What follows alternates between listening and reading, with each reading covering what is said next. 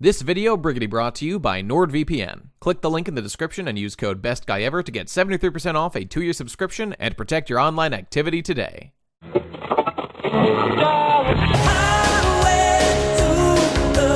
Gamerzone. Hello and welcome everybody to another episode of the Gamerzone featuring me, BGE. How's it going, everybody out there? Today we have a rogues gallery, the likes of which this platform has never seen before, unless you've been to their respective YouTube channels, in which case you may have heard them making some stuff in the past. First of all, I'm sorry to say that we have Cybershell back once again. That's right. Unfortunately. I'm the first returning guest. That means I'm the most important character on the show, and everyone has to pay attention to me. Percentage-wise, it's true. You reign supreme as the most important person on the show, eclipsing me, who is simply a backdrop of a canvas. You're just the host. Nobody cares about you. You guys are the pigments that bring it to life. Let's see. We've got Kenny Lauderdale. You might know him from videos on YouTube about obscure old anime. And what even is anime? Not to be confused with the rap artists online with the exact same name as me. Is that a real thing? Yeah, well, apparently, it didn't occur to me that there might be two people from Fort Lauderdale, Florida with the name Kenny, so I didn't expect to have any subscribers, I'm sorry. Dude, you know what you have to do, right? You just have to start your own SoundCloud rap career and then just eclipse him. And use your cred from YouTube as like a jump starting point. You gotta buy him out. You can really crush this guy. When you type Kenny Lauderdale into Google, it shows like my YouTube icon with all these rap credits. Yeah, so, I just saw that. That fucking rules, dude. That's fun. Hey, I've been wondering, who is your icon? That's Matsumoto. He's a very, very prominent Japanese comedian. I'm pretty sure I've seen him from a GIF or two. You might know him from the Quiet Library sketches and other things that randomly pop into YouTube on occasion. There you go. Okay, now I know. And of course, Cyber's got a whole video on what his icon is. Yes, I do. Because man, I was just stumped. Absolutely. I was just seething. Masturbatory, but who can blame me? Indeed. And we finally have Oki of Oki's Weird Stories joining the show. Thanks for being here, man. Hello, thank you. Yeah, absolutely. Very excited for this podcast. Let's get into it. Let's fucking go, as they say on the internet. I've very much enjoyed your content over the years, which has been getting more ambitious as time goes on, like seeming to me to culminate in your last big old video with real, on the ground Vice reporting shit in the belly of the beast and whatnot, which was pretty impressive. It was pretty impressive. Was there a large monetary investment in making that happen, or maybe you want to keep those details private? Well, yeah. So like basically the hypnotism session, that was $200. Yeah. Then the plane flying out and stuff. Yeah. That was pretty expensive. And then the hotel, then the tickets for the convention, and then just like the amount of time and lots of time and money spent into it. Yeah, but theoretically obtainable for those with a will to do similarly with their own prospective projects, in theory, which I find inspirational. All right, hey, well, let's just touch on a couple of things here real quick. I want to wish everybody Happy New Year, all those out there in internet land, and also you guys as well.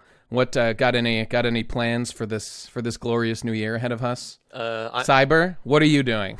I'm in objective survive mode. Just let's make it through another year, guys. If we get to 2023, that'd be a way cooler year to die than this fucking lame ass year. That's the Gamerzone idea, right? The Gamerzone spirit. Objective survive. Just going for a new high score, guys. Yeah, I'm stacking as many sardines as I possibly can. I had sardines on pizza one time, and I realized that they are, in fact, delicious. No cap, dead ass. Don't you mean anchovies? Nobody puts sardines on pizza. Shit, I meant to say anchovies. I fucked up.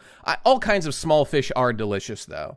And like Fry eating the anchovies in that one episode of Futurama really did a number on us as a society, making us think that they're gross. I'm here to tell you they're not. They're unbelievably delicious. Well, that's all because of the Ninja Turtles. Like, every other joke that came out of their mouth was, pineapple, spinach, pizza with anchovies. Like, every other joke in that cartoon was that. They probably did slip in there, like, anchovies once or twice, but I thought they more had, like marshmallow pizza or chocolate Right, but it would cake. be like marshmallow pizza with anchovies. Go back and watch the 80s Ninja Turtles show, I hope I'm not wrong. I want a large, thick crust with double cheese, ham, pepperoni. Oh, but no anchovies. And I mean no anchovies. You put anchovies on this thing and you're in big trouble, okay? Objection! Listen, I might not know a lot about anime or cartoons, but I watched a lot of Ninja Turtles in my day, and I distinctly remember, I want to say half of the jokes had to do with anchovies. The other half, it was like fudge and jelly beans and all sorts of things that, you wouldn't put on a pizza. Really, candy a lot of the time is what it was. Go ahead and take a look for yourself. The cartoon, half of the jokes, or at least a bare minimum, a third of them, had to do with anchovies. Butterscotch and onions. With anchovies. Sorry, compadres. I just can't resist an anchovy and hot fudge pizza. Strawberry surprise pizza with anchovy sauce. Anchovies and bananas. I can't wait any longer. I want that pizza!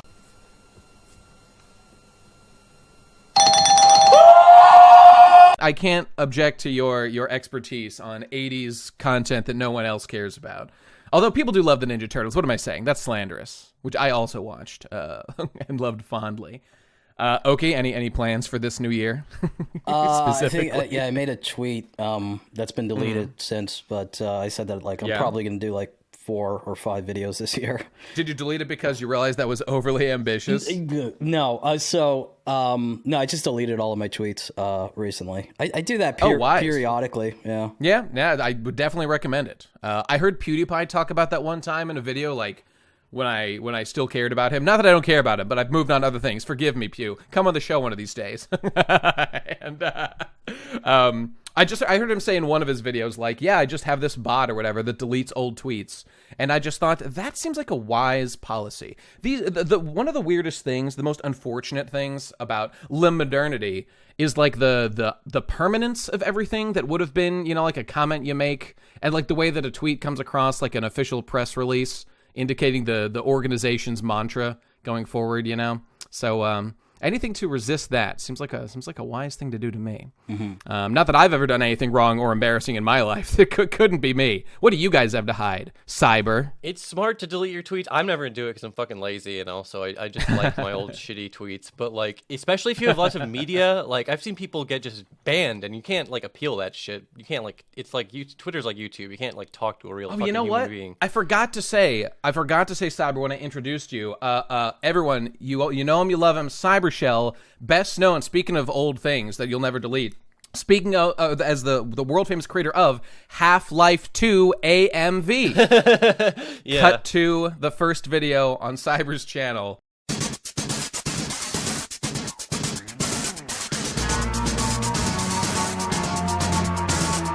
Scientists are gay. Indeed, they are. To be fair, I have the perfect excuse for that, which is that entire Let's Play. It was Kino. How's that for an excuse? In character, as a buffoon. Was it? Yes. That was an extension of my something awful Half-Life, quote unquote, 2 Let's Play. Oh, that's fond memories. You just add the satire tab. It's fine. It's satire, guys. It's fucking satire. Look at the keywords. It says satire. You guys actually, Kenny and Cyber, I didn't even know, but you guys are like friends. You guys talk and hang out and obsess over Sonic lore and whatnot, as I understand it, right? Oh, I wouldn't say obsess over. A lot of the things that I find that are Sonic related are just I'm going through some Japanese commercials from 1983 and be like, oh, hey, here's that thing that showed up later in a Sonic the Hedgehog game. Maybe I'll send that to Cybershell. It's all coincidental. I don't know. Maybe I'm like the focal point of the universe. I don't know why this stuff keeps happening. I've learned a lot of just incidental things about, like, even just like the Sonic logo. I don't know if you have time to get into it, like how that's sort of derived from like Dr. Slump, and maybe that's sort of inspired by the original MGM logo. It's interesting. That actually is interesting. Shocking for something that Cyber would say. I know, but speaking of which, that actually brings me to kind of the general theme of having you three guys on. I thought. There were like two kind of things in my mind about this cast. One of which was like YouTube issues that people have been dealing with lately that I want to ask, because you guys have had some experience with that, as have I. Kenny, I had one thing I wanted to talk to you about, specifically you're getting demonetized, kind of to talk to you about that, and to put out like a public service announcement about that, but we'll get to that in a minute. Well, I got it back, by the way, before everybody sends me like $1 million on Patreon. I have it back. It's fine. It's all good. And did you, I have questions about it. We'll get to it in a minute. The other theme here was that you guys are all extremely like niche dudes who love your own little rabbit holes that you follow down, and you've all had, I mean, to my eyes, some pretty impressive success doing it. I'm actually, it's weird to be the least niche guy here, because what do I like? I like One Piece. I like Final Fantasy, Kingdom Heart. These are the things that I obsess over, and they're so basic. Well, I heard like One Piece volumes are like selling less and less every single volume, so like you'll get there eventually. I hope so. I can't wait for that. That's because you've dragged on Wano too long, Oda. End it. End it already. But so here's the theme. Here's the theme and or name for this episode, right? Okay, what do you think of this? How's this? The Freaks, right? Okay, that's a good one to start. I fuck with that. How about the Obscurants? Things that are right? You see what I'm saying? Okay, forget that. How about pretentious assholes? Yeah, that's a good one. I think that fits. Kenny, you're the number one at that. I try and be humble, honestly, on like all my YouTube videos. Like you're talking about like how people are deleting old tweets because they might be taken out of context. You can't do that with a YouTube video. In like mid 2019, I did this video about an anime called Space Carl Vincent, and the premise of this 80s anime is it's a family of aliens that are raising a little human girl. And the little girl's name is Corona because it's like a part of the sun. It's an outer space joke, and now like everybody on the comments of that video is like, "Did he make a joke about coronavirus?" Like, no, that's the little girl's name. It's an outer space anime. It's a joke. This was made in 1988. You can't pin this on me. They knew. Look at the upload upload all date. Along. Dude, it's all the part of the plan. My videos start with like a 1980s Japanese commercial, like all of them. It's Yui Asaka saying "OKI," and then people are like, "How did you do this? Did you go back in time? How did you do this? 1980s?" You know, I had wondered if your name was like derived from that, or if it was a coincidence and you found like a clip. What's the story? Well, the story is very simple. I was watching old Japanese commercials. And I found it and I liked it and I put it in the beginning of my video and then it stuck. But you pronounce it okay, but she says okay.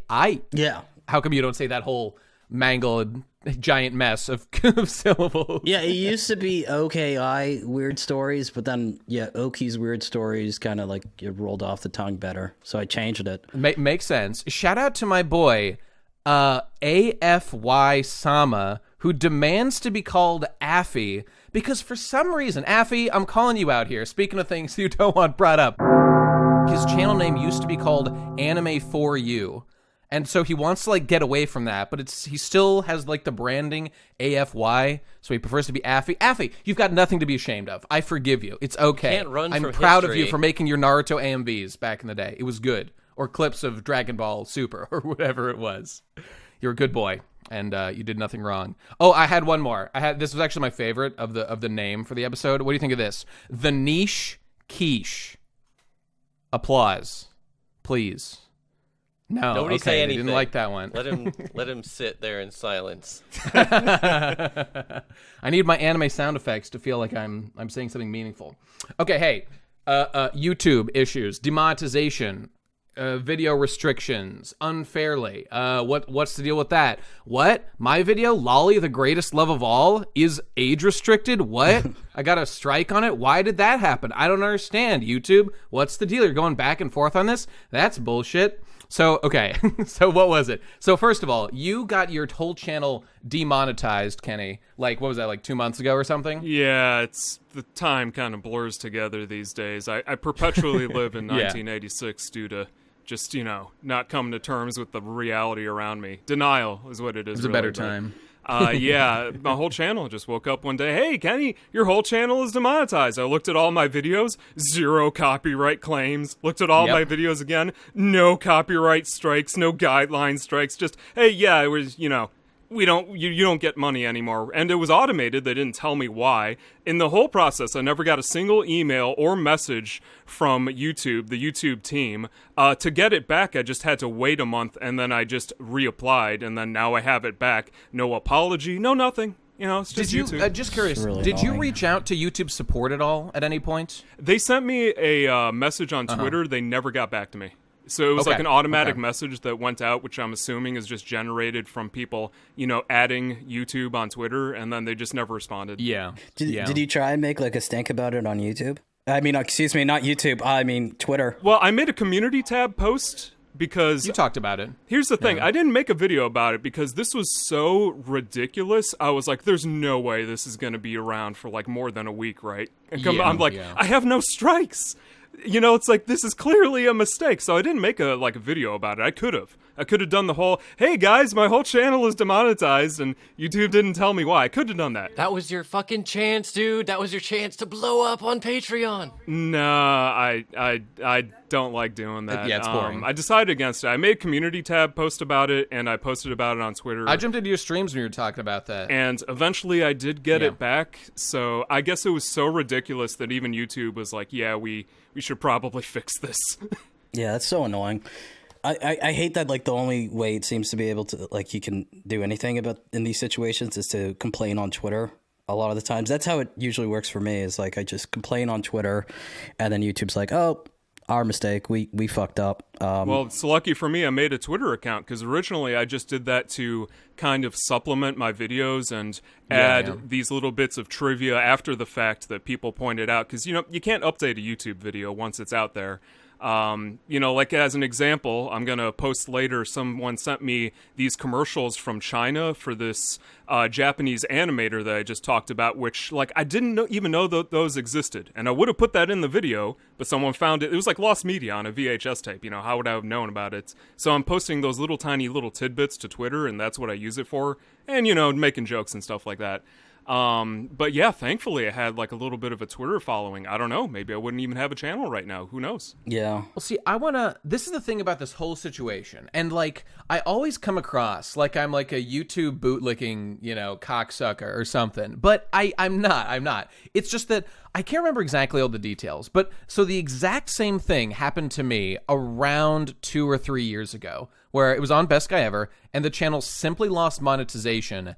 And I think at the time I did, I was still in like the, whatever, you still got like the back end where you can reach out to them about stuff like this. I mean, I had my channel stolen due to issues, I fucked something up and the whole channel got robbed. Like all the channels I worked on got stolen at the time. That was a separate issue. But with this one, I just got the channel demonetized out of nowhere, no strikes, didn't know what was going on. And then eventually I got it back. The thing is, I'm pretty sure I did get a message or something like that. It might not have been a message. I might have inferred it from experiences other people had. But like, I think that something that happened is that there were all these YouTube channels that were made before a certain point, maybe AdSense accounts that were made before a certain date or something.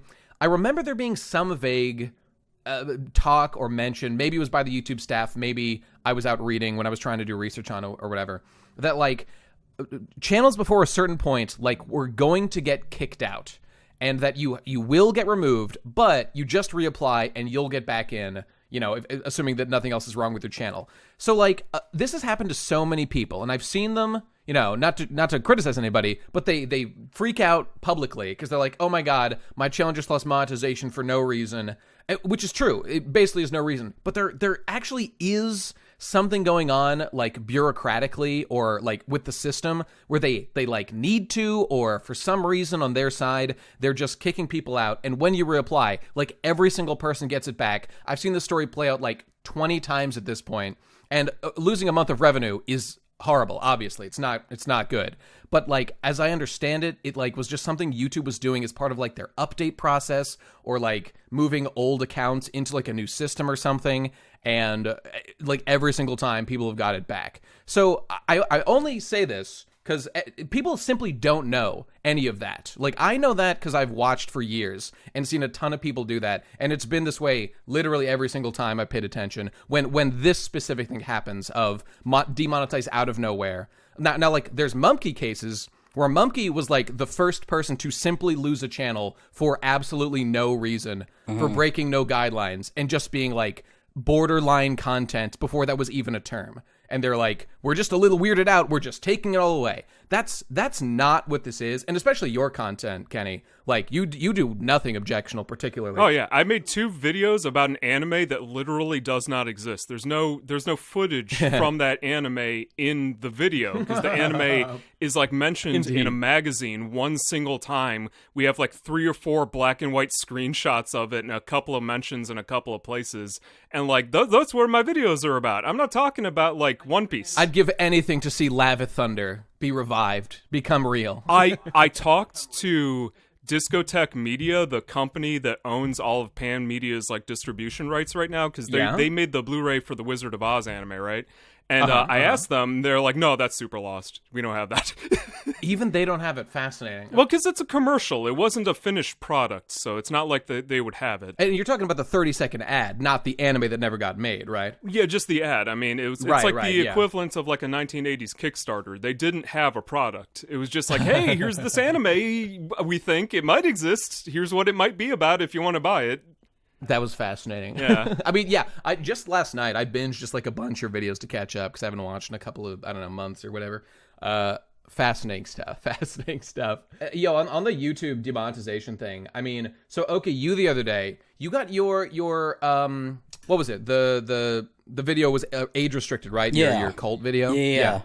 So like I said, immediately, like I appealed it, and then pretty much once the appeal was rejected, I just made a stink on Twitter, and then within like 12 or so hours, they got back to me and they're like, yeah, our bad, we made a mistake. But I mean, I've dealt with this situation so many times, and the best way to deal with it, I found, is like to cause a stink on Twitter. So they called it a mistake. So it wasn't literally, like... they said it was a mistake after saying we've carefully reviewed your we reviewed your. It can't be both of those things. Yeah, they have to pick one. The first thing they said is we reviewed your content carefully and have confirmed that it violates our community guidelines. And then later it's like, we have taken a look at the video that was age restricted and noticed that it was given the restriction by a mistake. It's so annoying. Like, I would appreciate YouTube so much more if they could just be like, hey, this is a completely automated process. No fucking human eyeballs have seen this. We're just gonna be honest. They have to pretend like every single email is sent by a human being. I don't understand like why. It's so patronizing and annoying. Well, that would be understanding how YouTube works, and then that would be gaming the system to know how the website works, right? Because that's always the reason they're saying we can't tell you the rules, because if we tell you what you're not supposed to do and what you're not supposed to, how you're not supposed to operate, then you might break the rules on purpose, or you'd slip things through the crack. I mean, you'd be able to study the system and get away with stuff. Yeah, they do keep it opaque on purpose. I do understand that, like, but it's fucking annoying. It sure is.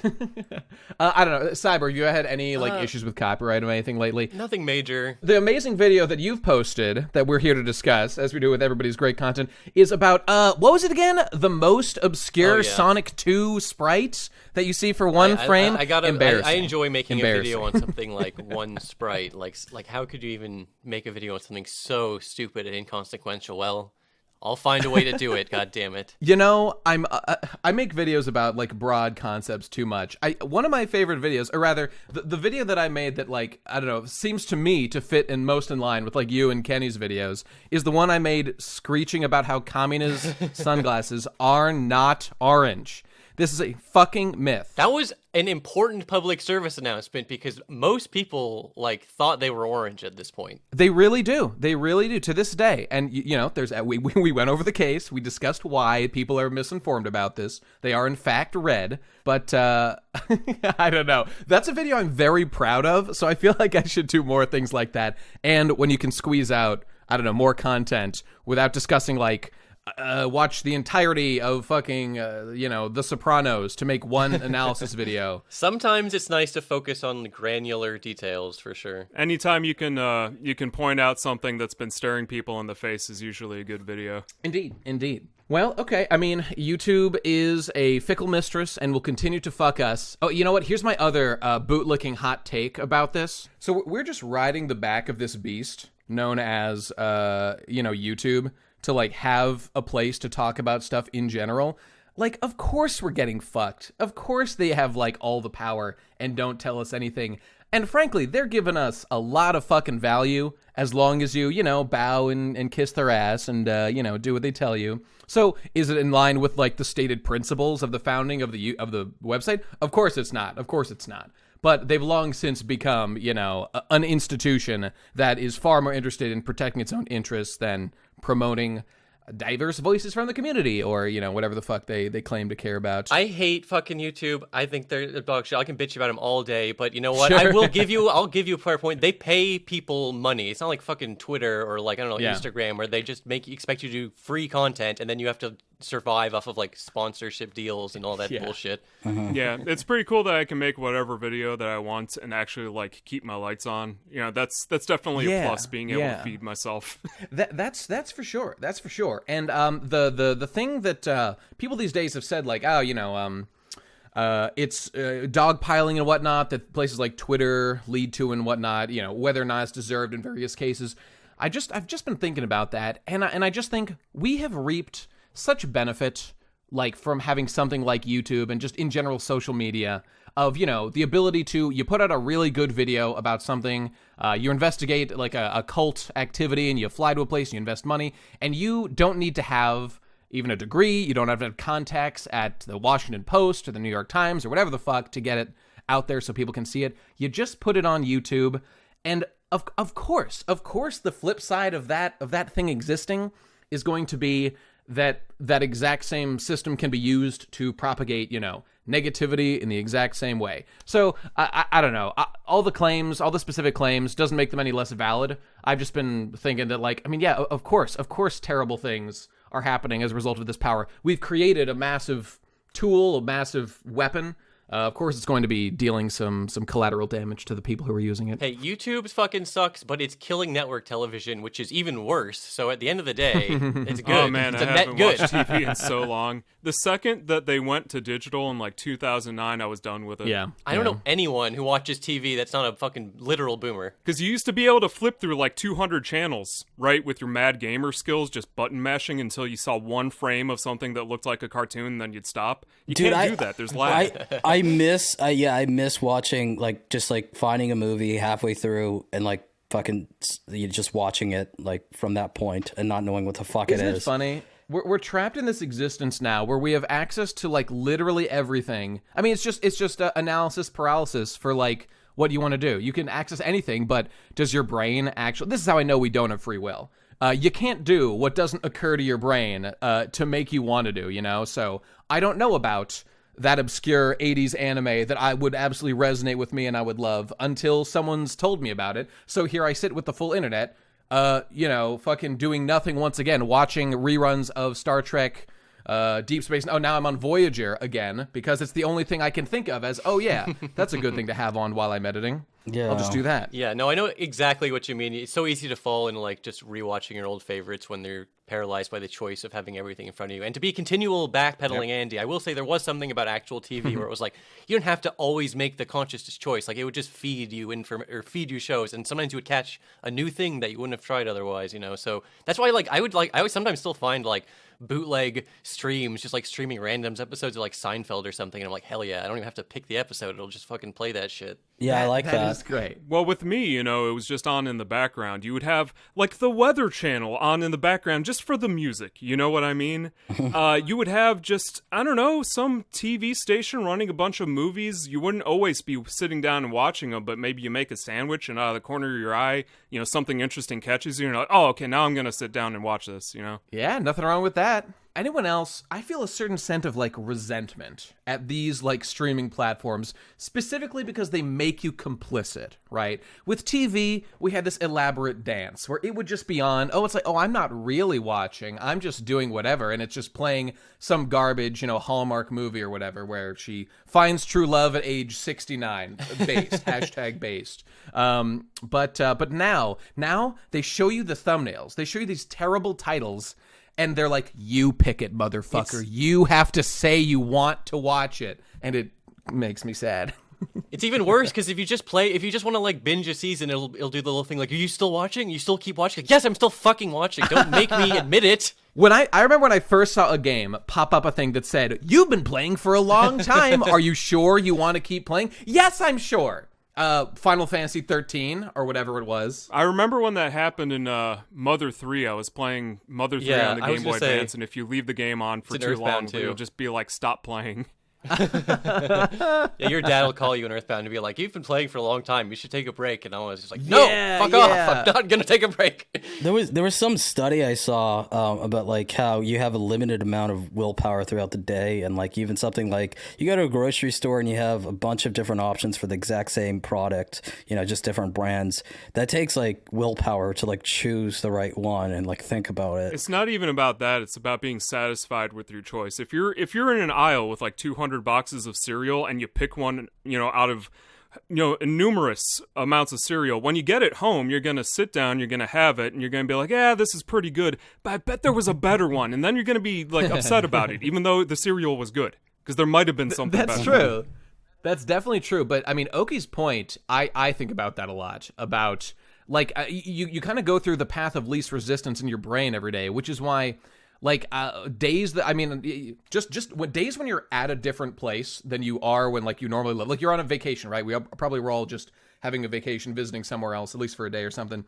Just the amount of energy your brain expends, even if you're engaging in the same amount or less physical activity, just because your brain is working overtime to chart new paths and ingrain new memories into your brain and stuff because you're in a new environment. That alone, I mean, I feel way more physically tired from something like that. I just know that is making my brain work harder. And, I'm sure that ties into the whole amount of willpower, the amount of focus, the amount of grit one can muster in a given day. Well, with something like Kenny, like what you do, like with like watching all these like 80s anime, the only like 80s anime that I can even think of off the top of my head that I watched was like Space Adventure Cobra? What is it called again?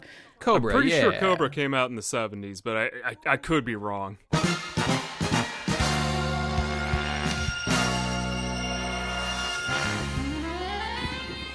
Kenny.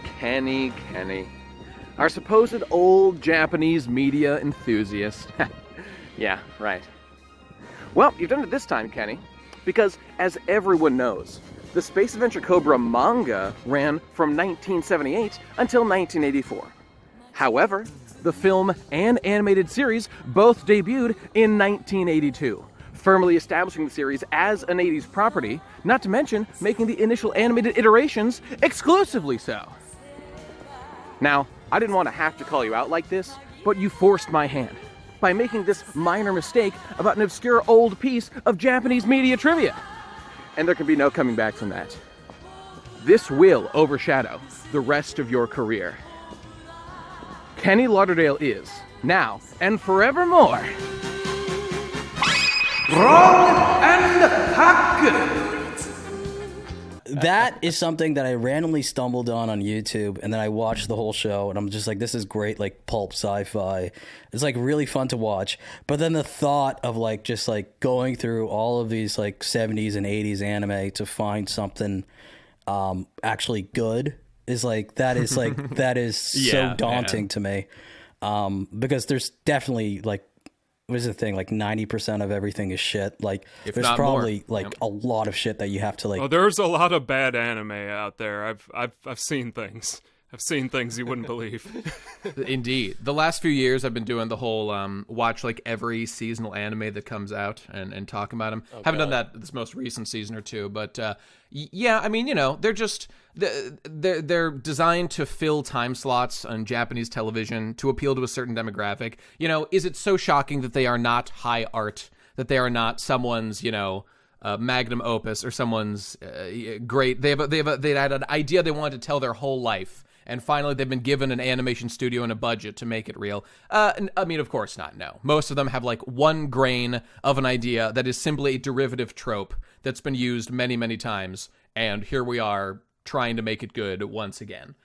So yeah, I mean, once in a while, the last good show was Dragon Maid Season 2, as far as I know. Other than that, it's all bad. Also Made in Abyss, but that's a little older. Although new season's coming soon. What, the entire year? The entire last year there was one good anime? Well, that was... I'm going to say yes, though I haven't seen every single one. I missed one of the seasons or two of them or something. But the answer is yes. Well, I don't keep up with any of this stuff. I mean, like I said, I'm looking for things that catch my eye, like certain interesting art styles, maybe different formats, like maybe it's like a 3-minute anime, made by a tobacco company that I want to watch. That caught my eye recently. That's a thing, by the way.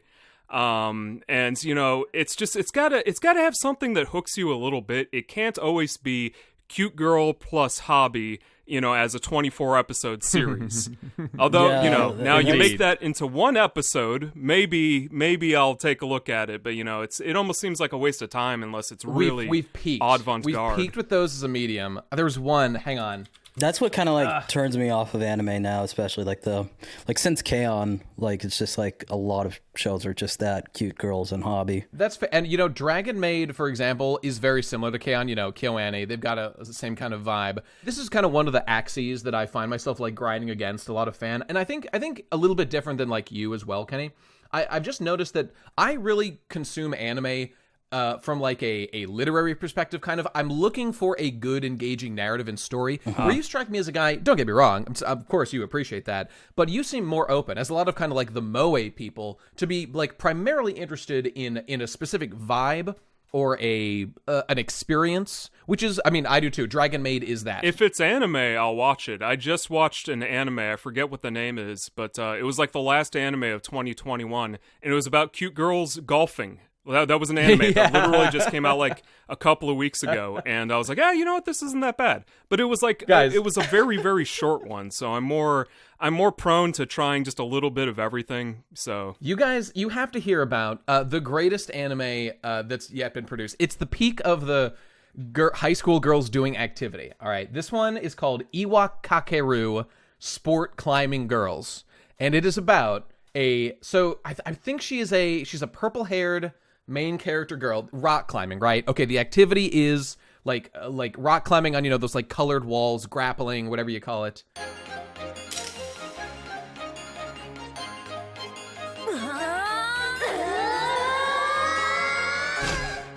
Game 以外でついに見つけた夢中になれるものスポーツクライミング I came up with this idea. I wish I still had the stream bot. I said this 2 years ago. Yeah, I wish I could pull it up. But here's the hook, right? So we've got the premise. What's the character hook with the girl? All right, here's the hook.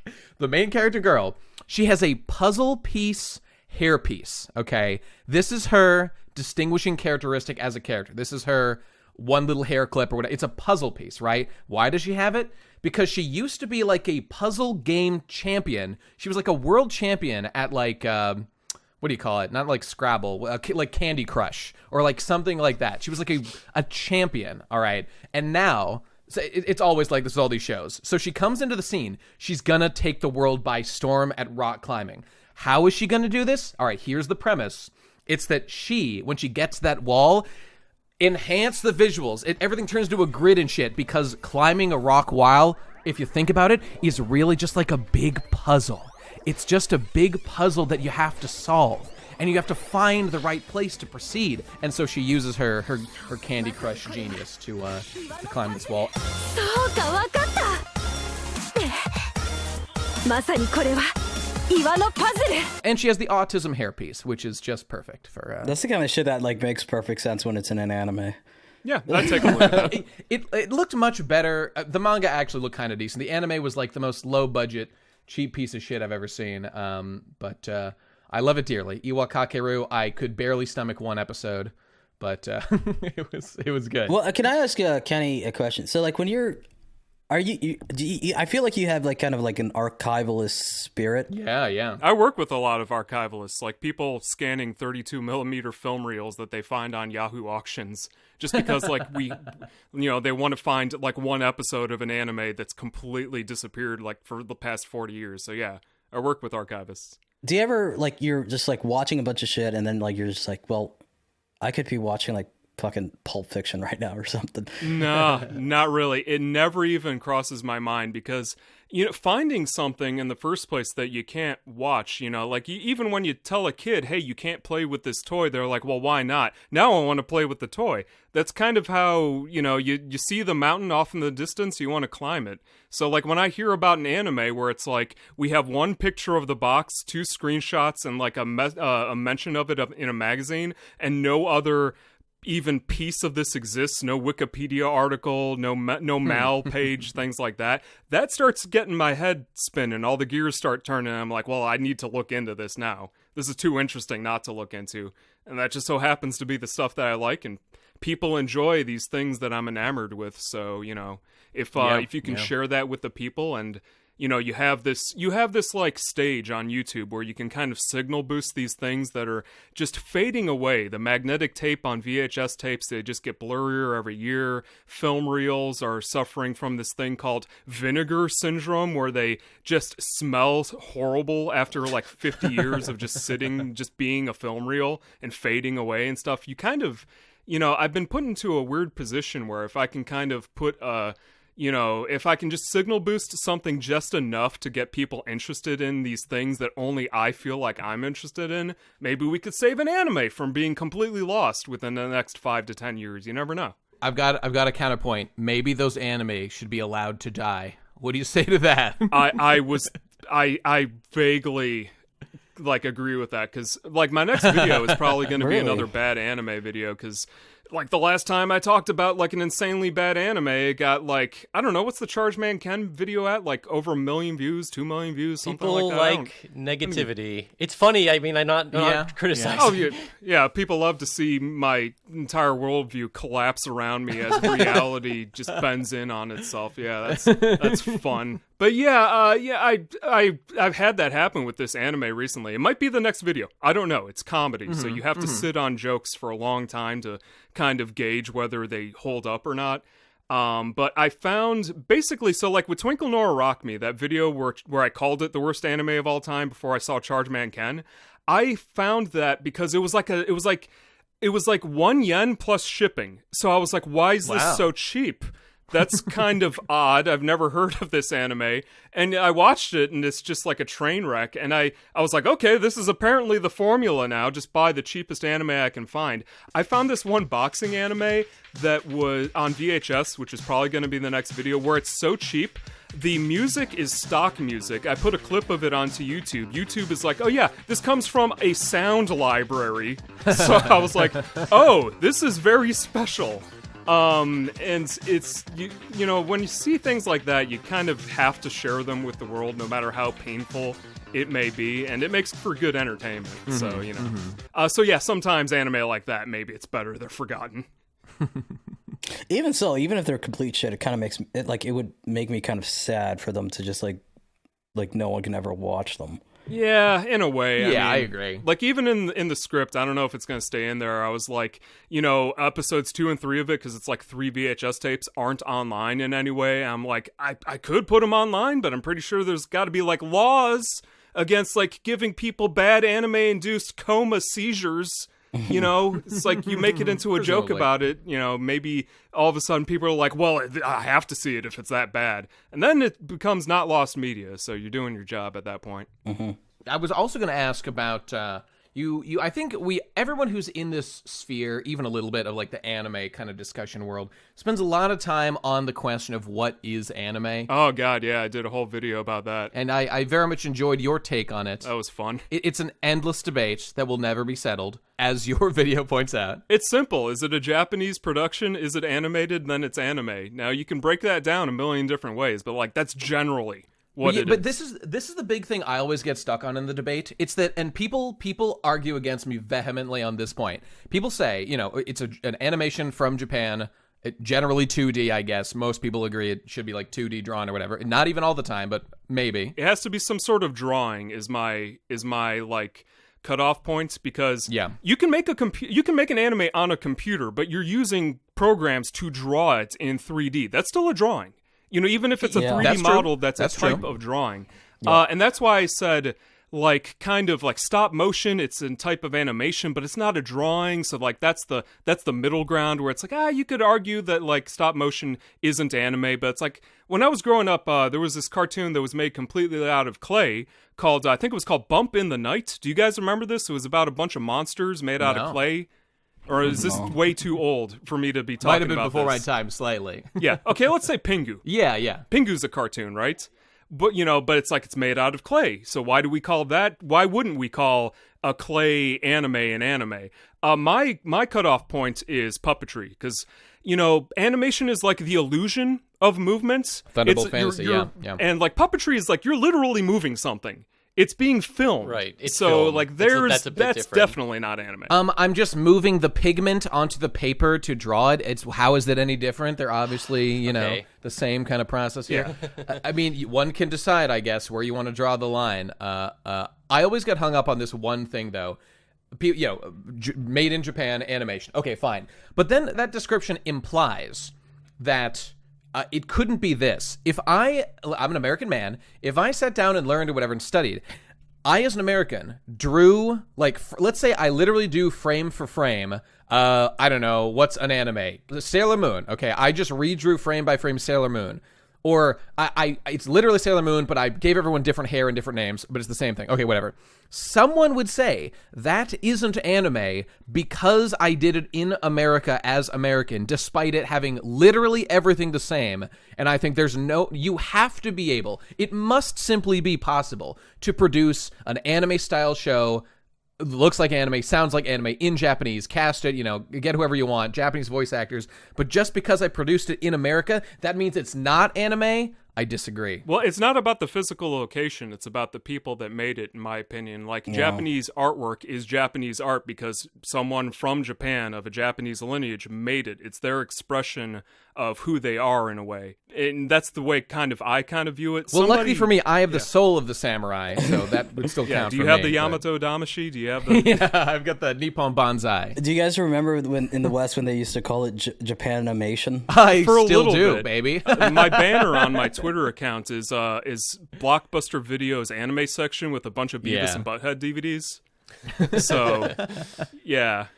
I have to clarify this, though. So does anyone agree that you could make an anime outside of Japan? Like, I made it, let's say I have no Japanese people involved except for Japanese voice actors that I cast so that they're speaking Japanese. Am I incapable of making an anime because I'm not Japanese? I would say, yeah, maybe. I think it might be valid, but then nerds will not. Like, I mean, people will... Everyone's going to debate. Be a huge debate. I would say, look, I'm not from Japan. I'm not Japanese. I'm very much a very white American guy. If I were to make an anime and it looked exactly like Sailor Moon, I would say, no, that is not an anime. Using myself as the measuring stick. No, there has to be something. There's some uniting element. Think it's an art style, Nate? Come on. It's not an art style, dude.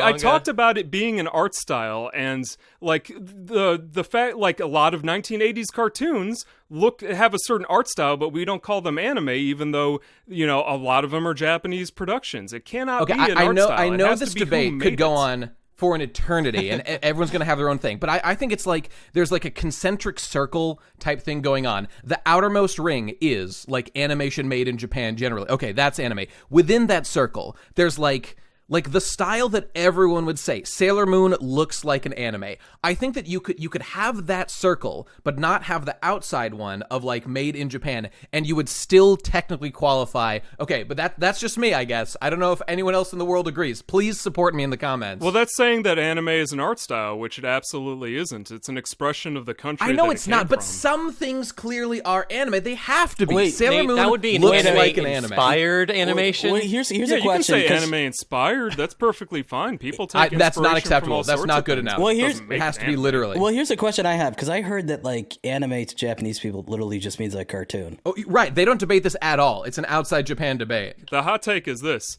cartoons don't exist, everything is anime. That's the hot take. Yeah, that's my take from now on. Yeah, okay.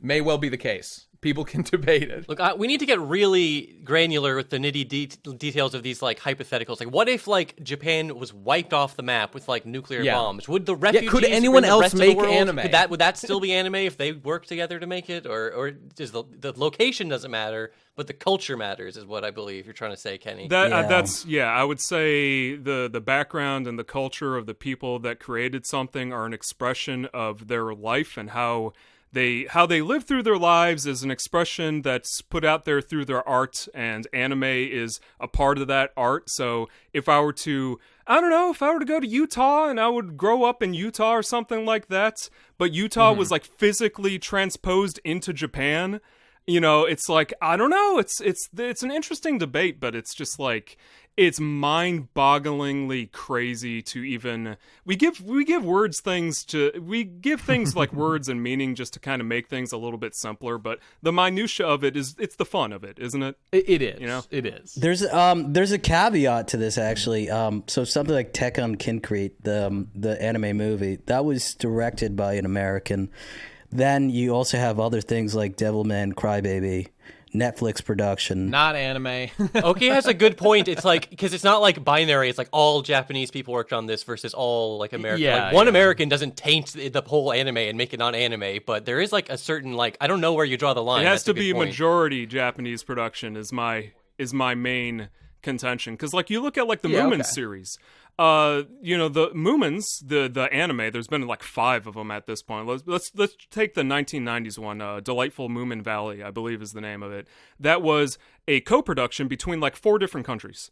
But it was like still majority a Japanese production, so like I would call that anime. It's just like there's this thin line. Like in that video where I'm talking about things that are anime, I was talking about something where half of it is literally live action. So it's like, is that half an anime or is the whole thing anime? I don't know. It reminded me of Lucky Star. And it's like the endings are live. At that point, does it cease to be an anime while I'm watching and temporarily is Lucky Star collectively has to be anime asterisk? And of course, extends to every other thing that dabbles with these, extraneous different kinds of anime. Pop Team Epic, great example. Is Pop Team and Epic an anime? I mean, yeah, I use that as an example. In real life, there were flipping pages of animation that they drew with like marker, and it's like, is that an anime? If you flip the manga, if you flip the panels of a manga, the answer is yes. Does it It's suddenly the turn into an illusion anime? of movement. It creates an illusion of movement. If so I go to must. Japan and I blink fast enough, does real life become anime? I don't know. How do you define animation? How do you define it's impossible. It's a sequence of pictures. I mean, that is what it is, even if you're manually flipping them in front of a camera. I think that counts as animation. Like I did in my recent video, I did a retrospective on this one artist where in his hometown he drew a bunch of like manga panels on the side of a train because he grew up in that town and he's like a minor celebrity over there. I was like, if a train with manga on it drives fast enough, does it become an anime? And I said as yes. we were watching you say that in the video, because it's just a replacement for a film reel. That's how film reels work. It's just a medium. That's exactly right. It's just like a film reel. How is it any different? We both just stood up and screamed, "Yes, yes, it is an anime," and you can't say it's not an anime. It was glorious. Can I like introduce something that's kind of related but not really? Go for it. It's the Korean webtoons. They don't call that like manga. Yeah. I know what you're talking about. Yeah, like they have their own style and shit, but like it looks like manga. It's got color, unlike manga, but I mean, just like the characters and everything. See, I feel like that one's easier to say.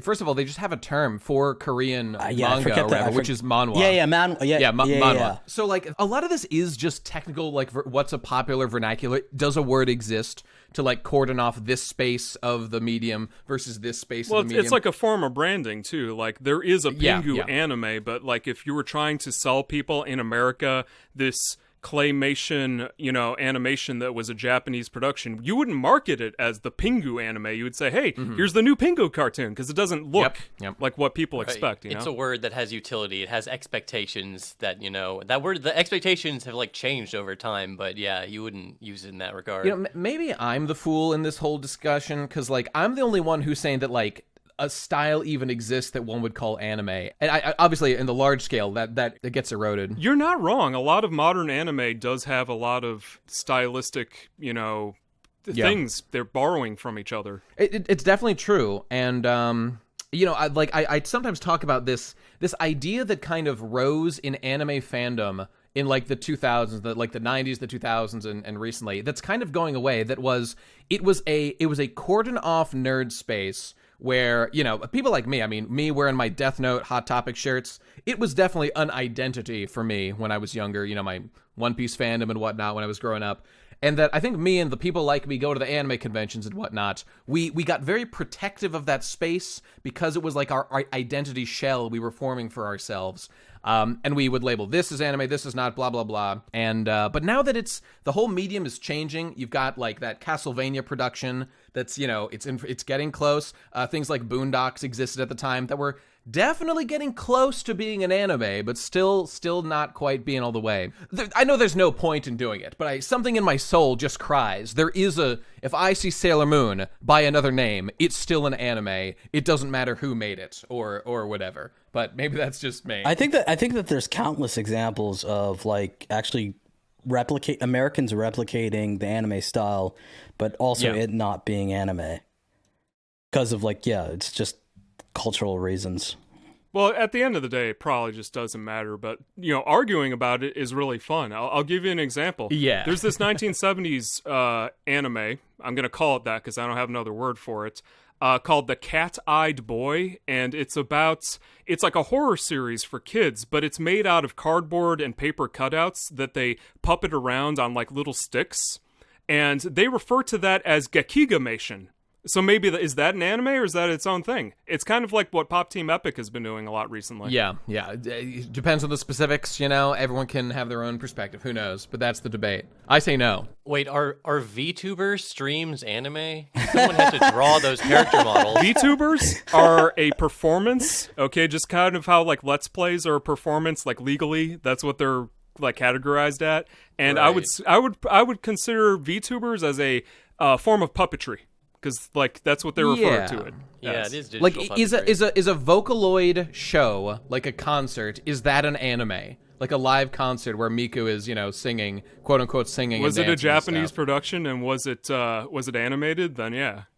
But wait, what about like a filmed concert? Like you know what I mean? Wait. Are the members of the crowd that were filmed during the performance, are they anime?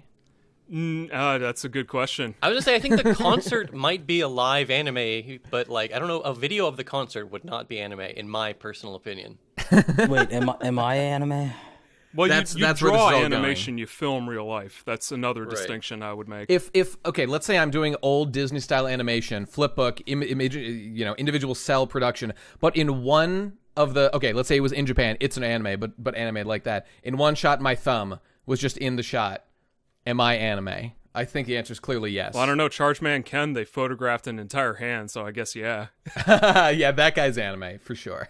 That's just avant-garde mixed media genius at work. Indeed. Oh man, I love mixed media. They really need to be bringing that back. Just like superimposing anime characters onto the real world. I love seeing Mary that Poppins stuff. shit. Yeah, that stuff's great. Not to Who Framed Roger Rabbit? If anyone's seen Smiling Friends, they had some good pieces of mixed media in there, 3D and. I've been meaning to watch it. Yeah, Is it as good as the pilot? Yeah, it's good. That's how it was pretty good. Yeah. Made me Pretty good. smile. Made me smile too. That's the goal. That's the goal. Okay, hey, moving on from this subject, I did want to ask Oki about his video because you do a different kind of medium a little bit in that you're out there doing more like documentary work and stuff, and I watched a bunch of it. The Gay Frog deep dive was fascinating. That discourse has been evolving over the months and years. The first Oki vid I saw was the Dan Ninen vid, and I didn't even realize it was you at the time. It was just like I just watched that vid, and I was like, oh yeah. And then like later I came back, I was like, oh, that was him, yeah. Because I was like, well, that was a very interesting like case study. Yeah, he almost took my channel down. He gave me 3 strikes. Did he really? Yeah, he gave me 3 strikes. You were dropping some harsh words against the man, so you know what? I stand with Dan. Yeah. I think you did nothing wrong. I actually ended up talking to him on the phone for like an hour. Oh yeah? I never released. What do you have to say? At least you got strikes. That's more than I got. Yeah. he called me. He's like, "Oh yeah, how much money did he make from the video?" And I'm like, "Yeah, not that much." And then he's like, "Yeah, not as much as he made, that's for sure." Yeah. And then he's like, "You think I should like embrace the role of the villain and like do kind of like a WWE kind of thing, and like he was workshopping his fascinating. persona with you because he's like, this guy clearly understands me better than anyone else. He's workshopping it, yeah. That's really funny. yeah, he was saying a friend of his told him to like, you should just embrace the role of the villain. Heel turn. When you're a comedian, you almost, I mean, I know he does a particular style, so maybe not for a guy like him, but like like if there's like some scandal or some embarrassment, like you like have to acknowledge it. You have to make it like part of your act, and hopefully you make it funny or something, or else it'll just hang over you like every time people see you, right? I mean, I would think Your vid anyway. can't be too far down on like the search results for like when people Google Tan 9 and Yeah, stuff. no, I mean, that's what he told me too. It's like, oh, I was working with someone who like cleared up my Google searches, and now your video's fucking me. He's like, can you take it down? You know, unironically, people make mistakes. You know, maybe I don't know if he's changed at all. Hopefully, he's is he repentant at all? Did he seem? No. You know, No, he no. didn't. I didn't talk to him, but Interesting. I can just tell you he's not repentant. He's only like conniving. How can I use this to my advantage? How can I? Not to be too harsh on the guy, he doesn't seem like he's really thinking that critically about a couple of these things, you know. But hey, good luck out there, man. He's 60. How are you gonna change at that? Like, Yeah, like that's the thing. That's the thing. That's just so funny. We don't have to go rehash the whole thing. But just LARPing is someone way, way younger than yourself. Yeah, he was Some saying things are he's just sensitive about it. I don't know. What did he say? He was like 20 or so. I actually, it's been 20. literally, it's been. He's pretending to be a millennial or some shit. Yeah, it's been so long since I made that video that I actually don't even remember. It's been 3 years. Yeah. Yeah, then that was my first video that like blew my channel up and shit. Yeah. Oh, it was a great one though. Just one of those stories that you're delighted to have someone tell you. That's the good stuff. Let me see what else I got here. I wanted to. Oh, of course, Rip John McAfee, my boy, my ANCAP hero, my idol. Did you see the video, like the interview I did with him where he yelled at me and then hung up? I did. I mean, it's been a little while since I saw it, but So you saw it back then too. Not my best interview. Well, sure. I could have done a better job for sure. He was putting himself out there too. He was trying to do a bunch of stuff, maybe because he knew what was going to happen to him shortly. I don't know. Just saying. So when we started it, he's like, "This is something I should have added to the video that I made, like, because I do like sure. a preamble. I should have explained that, like, he said you have 17 minutes. So I was like, okay, well, I'm gonna ask him about the murders, and I actually didn't expect him to get that mad. I think it actually was because his wife was in the background, and as soon as she heard what I was saying, shh, don't blow my spot, man. She doesn't know. Yeah, he was like, he seemed like he was like actually willing to engage with it, but I think his wife kind of fucked it up. Women, am I right? Yeah. Always get in the way of my murder plans. Nah, he did nothing wrong. I stand with John.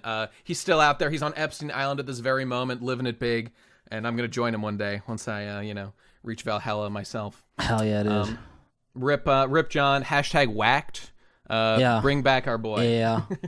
That never turned out into anything either. The whacked. That's so bizarre. Yeah. I mean, like you said in your video, that like I'm a pretty big Occam's razor guy, and like it's totally theoretically possible that yes, he went on about like how he'll never kill himself, but once you're actually there, facing down whatever 20, 30 years, and you're a senior citizen already. The prospects start to look differently. But then again, it does feel irresponsible just to ignore how fucking strenuous he was, that he would never kill himself, no matter what the situation was. So, room for doubt. I don't know. Fascinating case, though. He just knew it would be funnier that way. He was just a goof. No, I don't think there's any room for doubt, to be honest. Yeah, I would be willing to bet my left nut that he killed himself. Because I mean, he was he's an old guy, and then he was facing the rest of his life in prison. Like, I mean, and this is a guy who well, his body double was facing life in prison as he escapes to Epstein Island and lives it big with Ghislaine, who's there right now. You can't go from yachts to prison. That's why he had to do it. Yeah, no, for sure. Sorry about the fucking plane noise, by the way. Just can we pause for 1 fucking second? It stopped. I'm sorry. You know what? I'll just cut this. You go on. I will just not cut my part. I'm sorry. Oh shit! I just lost my Companies of Heroes 2 match. Okay. All right. What were we talking about, John McAfee? I'm playing Flight Simulator. Sorry about that, guys. John Mac. No, okay, yeah, just saying about that. But so getting to your most recent video, which was fascinating. Would you say that was your most ambitious project yet? Because it sure seems that way to me. Yeah, and now I'm like kind of confused. Like, how the fuck am I going to top it? That's fair. Yeah, that's tough to beat. The secret space program, the whistleblowers, the what do they call them? The Space Marines? Is that what they go by? Super soldiers. Super soldiers. That's right. Mm-hmm. And first time hearing about this little subgroup, watching your video was fascinating. But I guess just cutting to what I am most interested in, you think they really believe it, or is it more of a people can convince themselves of a lot of things. I think that there's many reasons why people are drawn to it. I'm sure there's true believers. And I've noticed that there certainly is. Then also there are people who are probably just looking for a community. There's other people who are like just looking for a LARP. There's many different reasons, right. But definitely there's people who, the guy who I interviewed me in Vegas, James Rank, I'm for sure, like, I have no doubt that he actually believes in this whole thing. Sure. I watched the Night Docs, like, behind the scenes video, and that lady giving the crystal reading, like, she definitely believed that shit. Yeah, you saw in the video, like, she came to us, she started crying and, like, hugging us and shit. Not the one who did the crystal reading, it actually was her assistant, which is incredible that these people have assistants. Yeah. It seems like such a grift. It seems like everyone there must be grifting, but they can only do the grift because there are some people who believe it. Human are credulous beings. Yeah, just so you guys know, I'm still here. I just have no idea what you guys are talking about. I haven't seen this video. Yeah, Oki's got this great good video. Thing to know about going into this. Brushing up on the topic. You want to just summarize it quickly, Oki? Real quick, just the premise. Yeah, for the people at home. Tell the people at home. Sure. Basically, I found out about this conspiracy called the Secret Space Program, and there's people online that are, not only they have huge platforms, but they're also making money, basically saying that like they've been on Mars and they fought insectoids and reptilians and shit on Mars, and they were abducted and forced into the Secret Space Program. And yeah, I started like getting into it, and then basically what happened is after like really getting into it, I decided like I'm gonna make up my own story and become like one of the like the SSP Secret Space Program whistleblowers, and actually like make up a story and get onto a platform. So then I went to Vegas. I went to this. I'm in Toronto. I went from Toronto to Vegas with a made up story about my time in the Secret Space Program, and I was interviewed by like the biggest Secret Space Program YouTube channel about my time in the Secret Space Program. And many lessons were learned, valuable insight was gained, and just kind of seeing it firsthand. That was some real journalism shit. Getting to see the actual faces of the people that were there, who were proclaiming or do believe and whatnot, was very edifying. Because when you talked about like making up a story, I did start to think to myself like, okay, where is he going with this exactly? Because I don't know if other people have pushed back at all about this video, but I found this very, very interesting. That like you engaged and got yourself ingratiated the way that you did into this plan, and it made me think that like, all right, you filmed this guy, I assume you talked about theoretically posting it, or maybe not, I don't know. And a lot of these guys just seemed like they were having a good time, and I hate to break it to you, but I think that you are the villain of this tale, Oki. I think that you are the bad man who's just ruining everybody's happy party. You're in here bringing all this out. Oh no, we aren't super soldiers. When I'm in it for the LARP personally. I identify with like some like kind of like space pirate plan. And who are you? Who are you to come in and tell me that I'm not a space pirate? So how do you defend it? You infiltrated a LARP, and then you're just showed like, by the way, magic isn't real. It's like, come on, they're just having a fun time. This is interesting. I like this. I mean, I can answer in like the most simple way. Like, so Sacha Baron Cohen has made like a whole career out of doing stuff like this. I did it for the sake of like a funny, like the video was supposed to be funny. I thought it was harmless. Yeah. I didn't really make these people look terrible. I don't even add much commentary to it, like to ridicule or anything like that. That's true. I thought you were very tasteful, frankly. Yeah, it stands on its own. Dude, when you said he was asking who you are, and you were like, looked him dead in the eyes and were like, I was like the Black Samurai Yasuke. I lost my fucking shit. That was the funniest thing I've ever seen in my life. So, your story was definitely on point. So, I'll tell you something. James Rank, the guy who interviewed me, he told me that me and my audience are agents of the Matrix.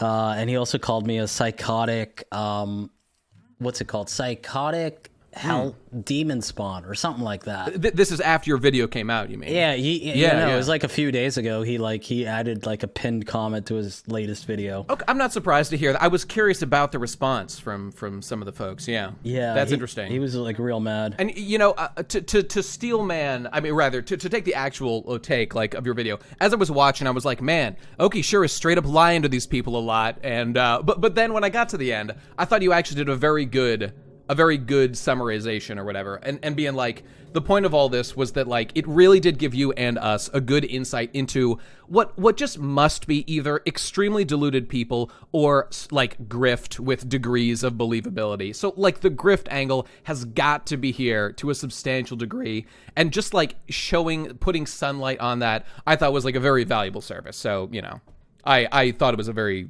good constructed piece, well constructed piece. Yeah, thanks.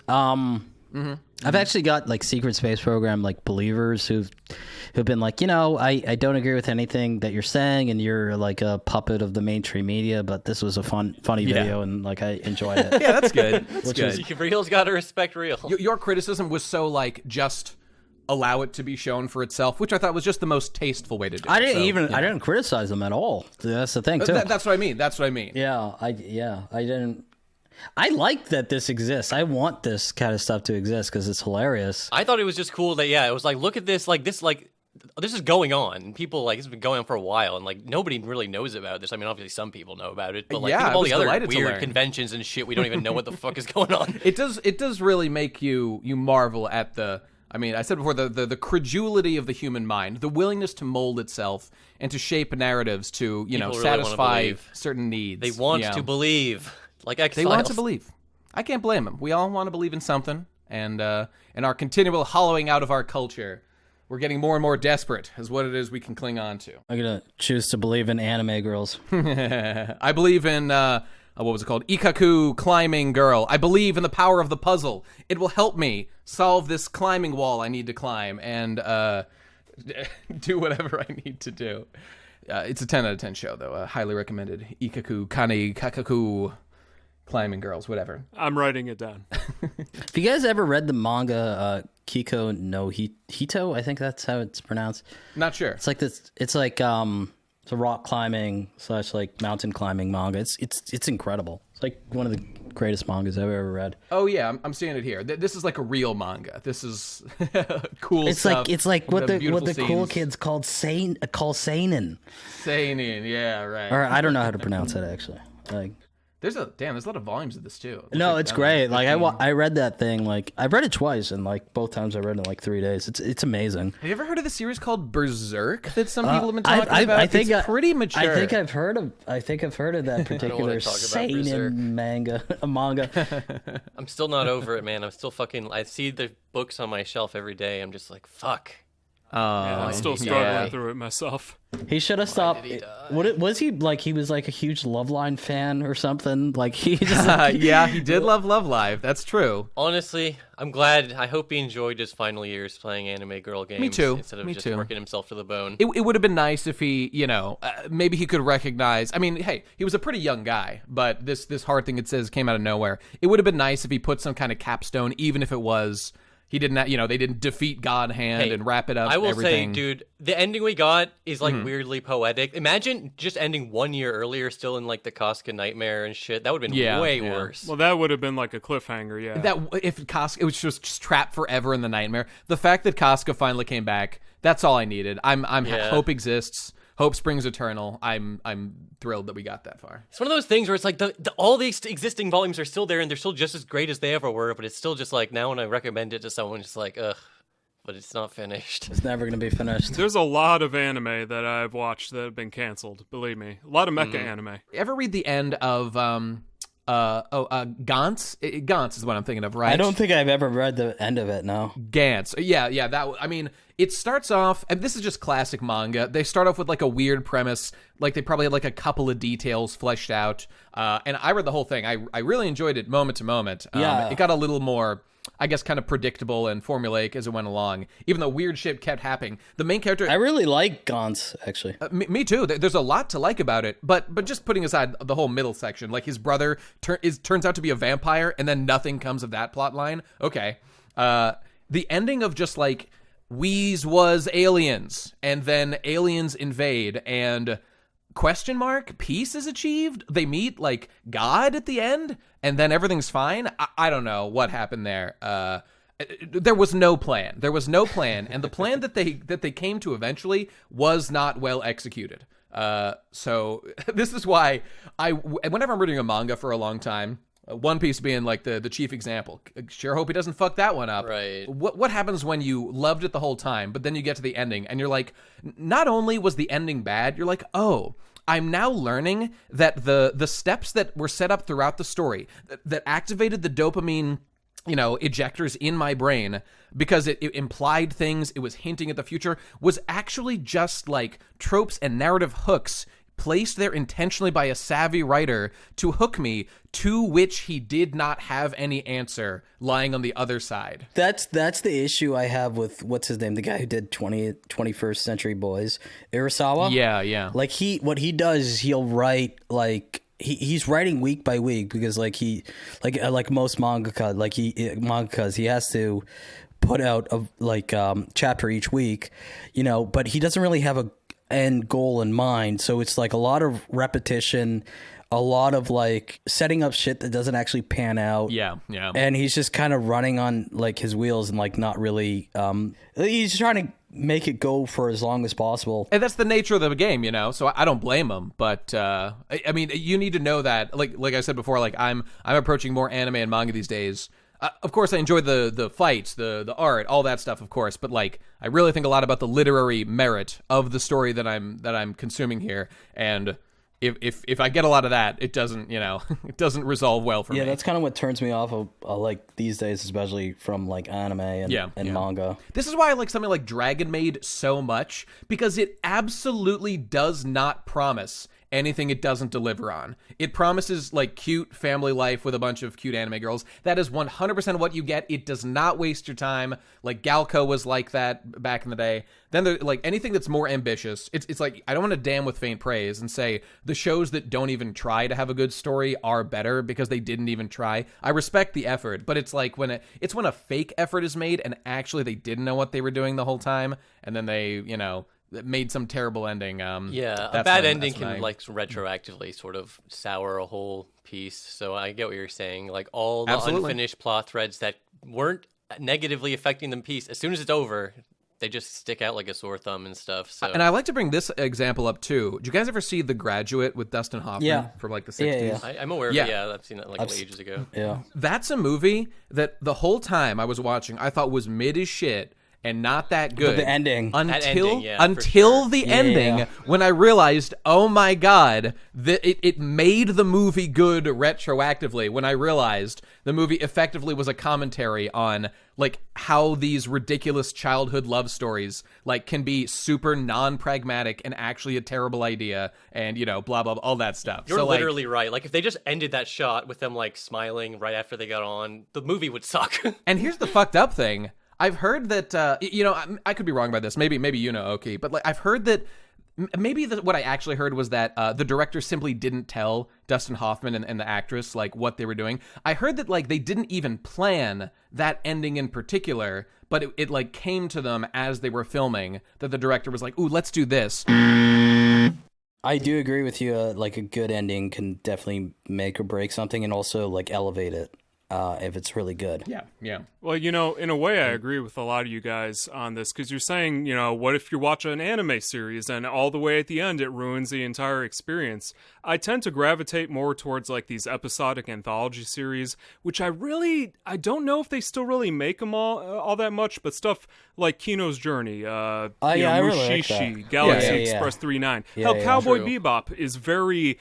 very like the episodes, most of them don't connect to one another. You can just pick a random one. You could pick episode, like, I don't know, 6 and episode 19 are probably pretty similar, and you can enjoy them just as like one chunk of a series. They're a lot more digestible, and I kind of feel like I gravitate towards a lot of these episodes, from series, because you can watch a random episode of The Laughing Salesman. If it's bad, it was like 15 minutes. You move on to the next one. It's not going to ruin the whole series for you because you're not waiting for like an end game. You know what I mean? The whole they're like these little microcosms of a series within an episode.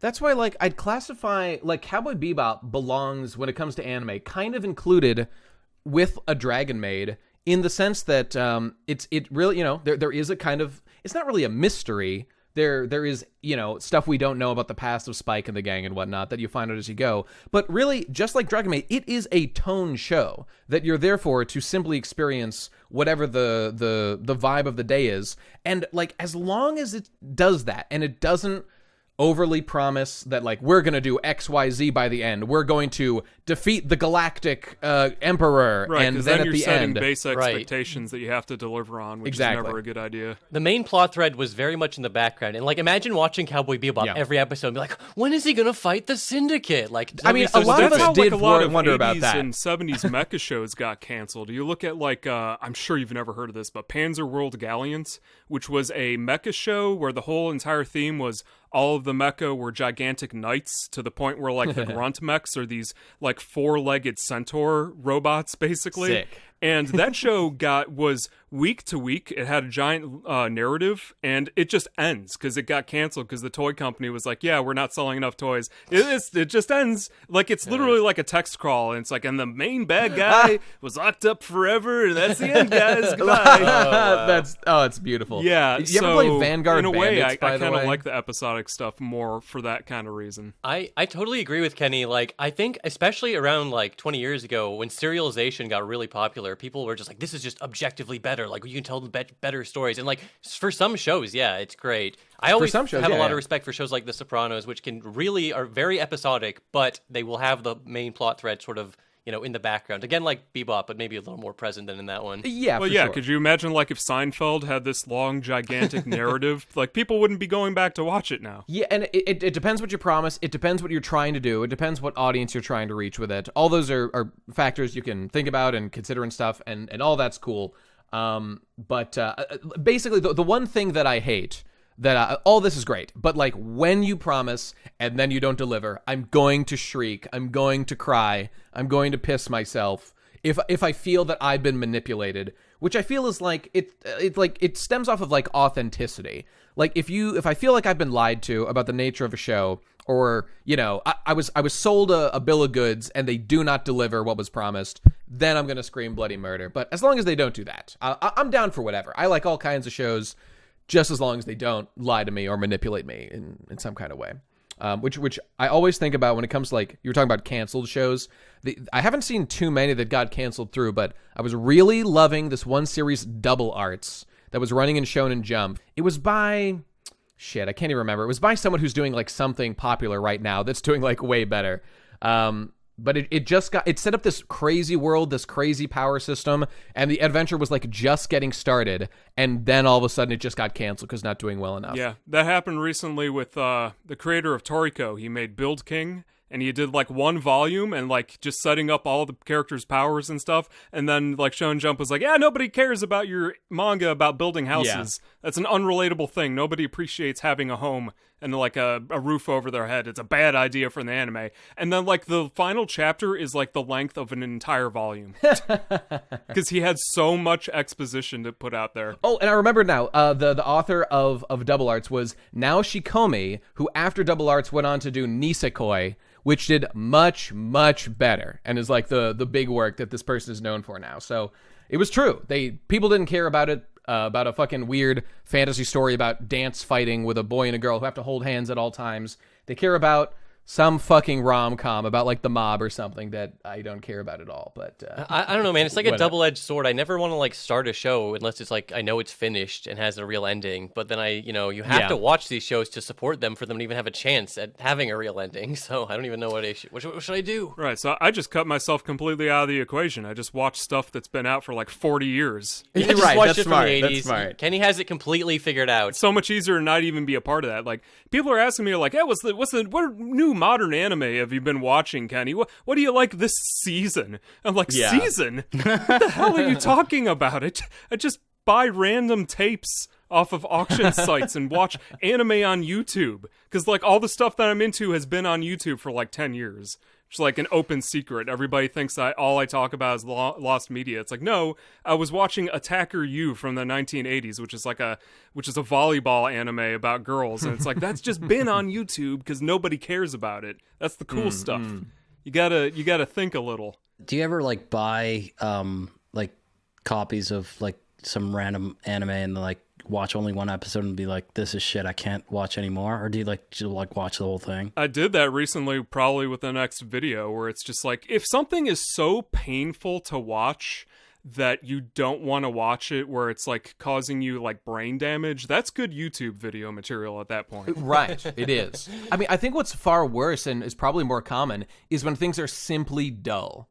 And, right. You're a YouTuber, you can spice it up, you can write some jokes or something, but the actual experience, like, this is most of watching, like, new seasonal anime. It is simply dull and uninteresting. Right. I did a video. I think the title is something like, This is the Worst Kind of Anime, because I reviewed Girl Detective Club from 1986, which was like a one-shot direct-to-VHS, like, special to promote like these mascot characters for a magazine.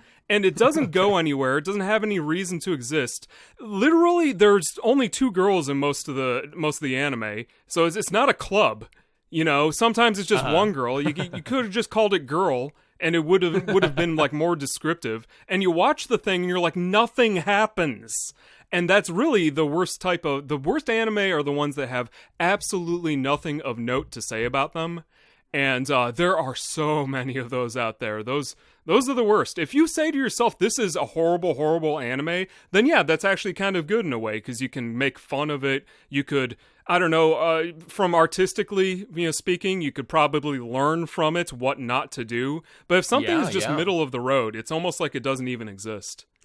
I think that there's something that actually I really liked about what Nate was saying about, like he's looking for stuff that's literary, right?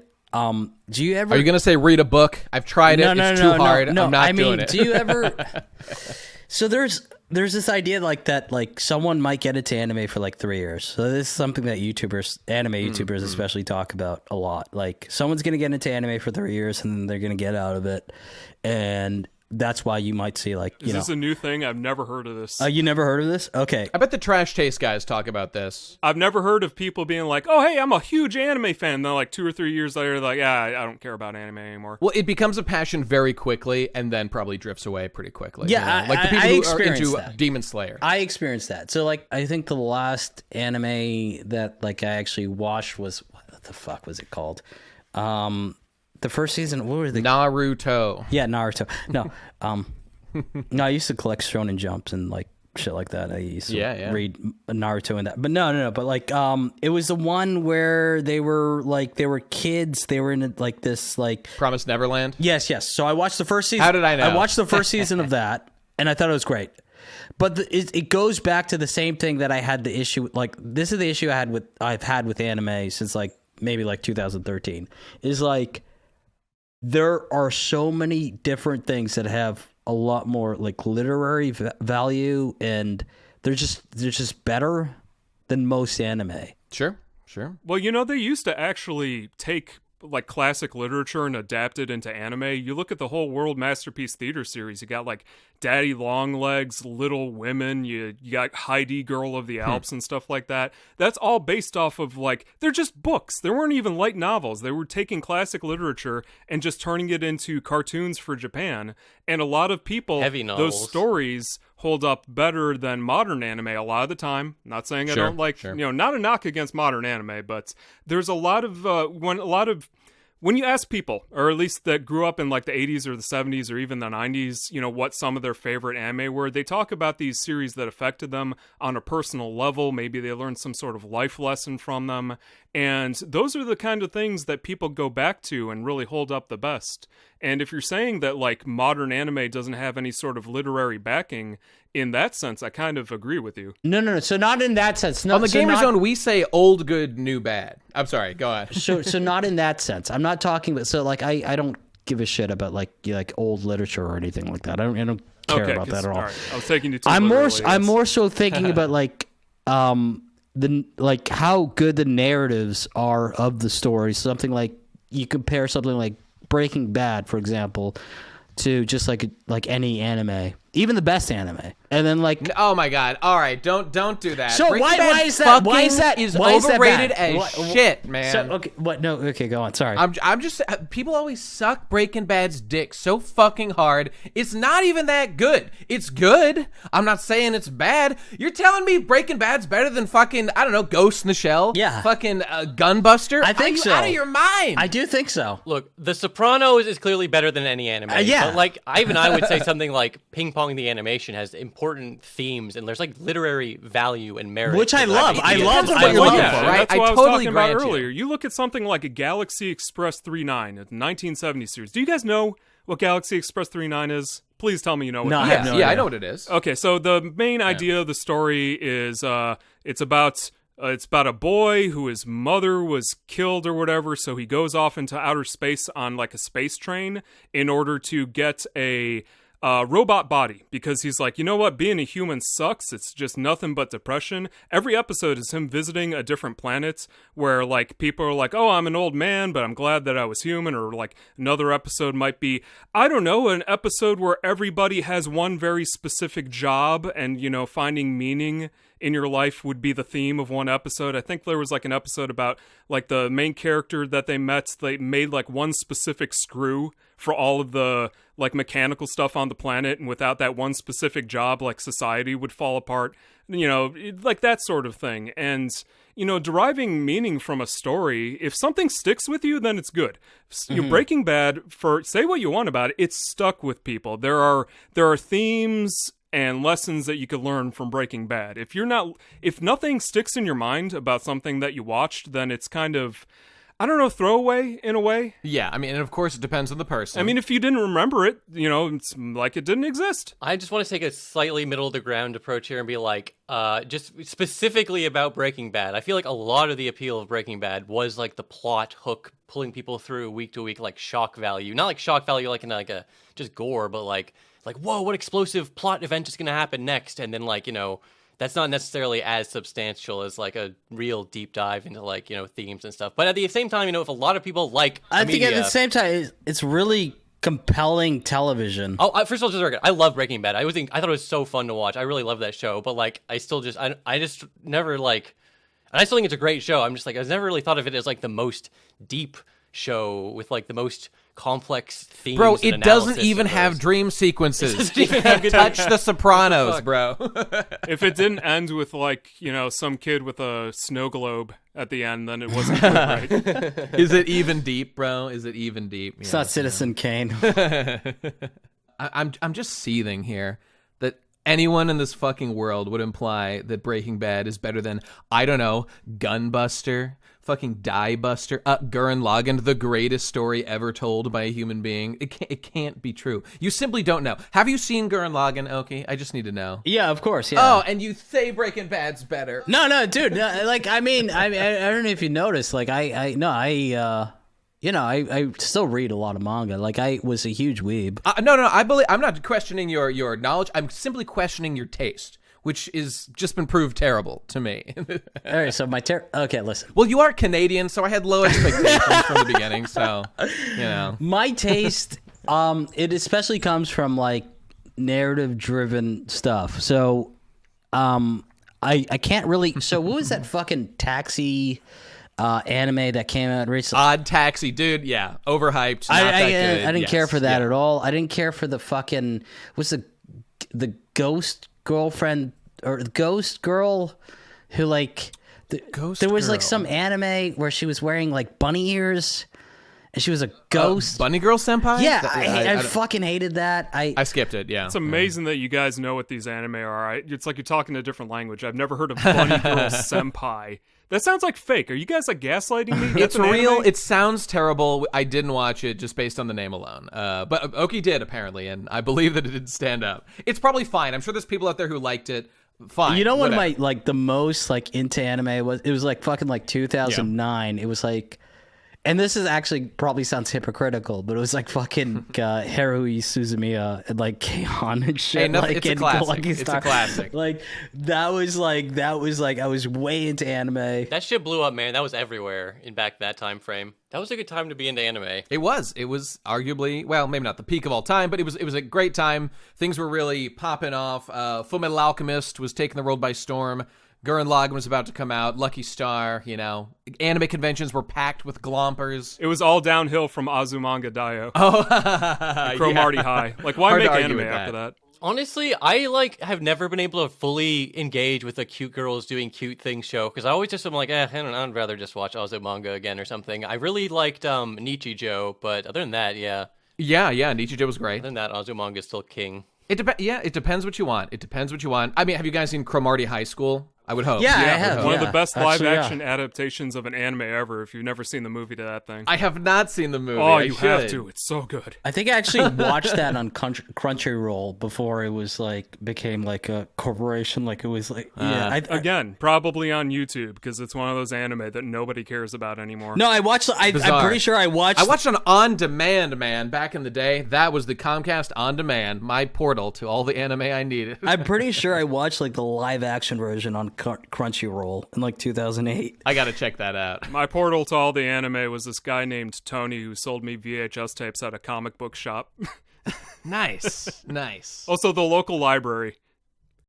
That was a big thing for me too. Like reading manga at the local library. Man, imagine being those guys back in the day. Like you were the exact like Adult Swim.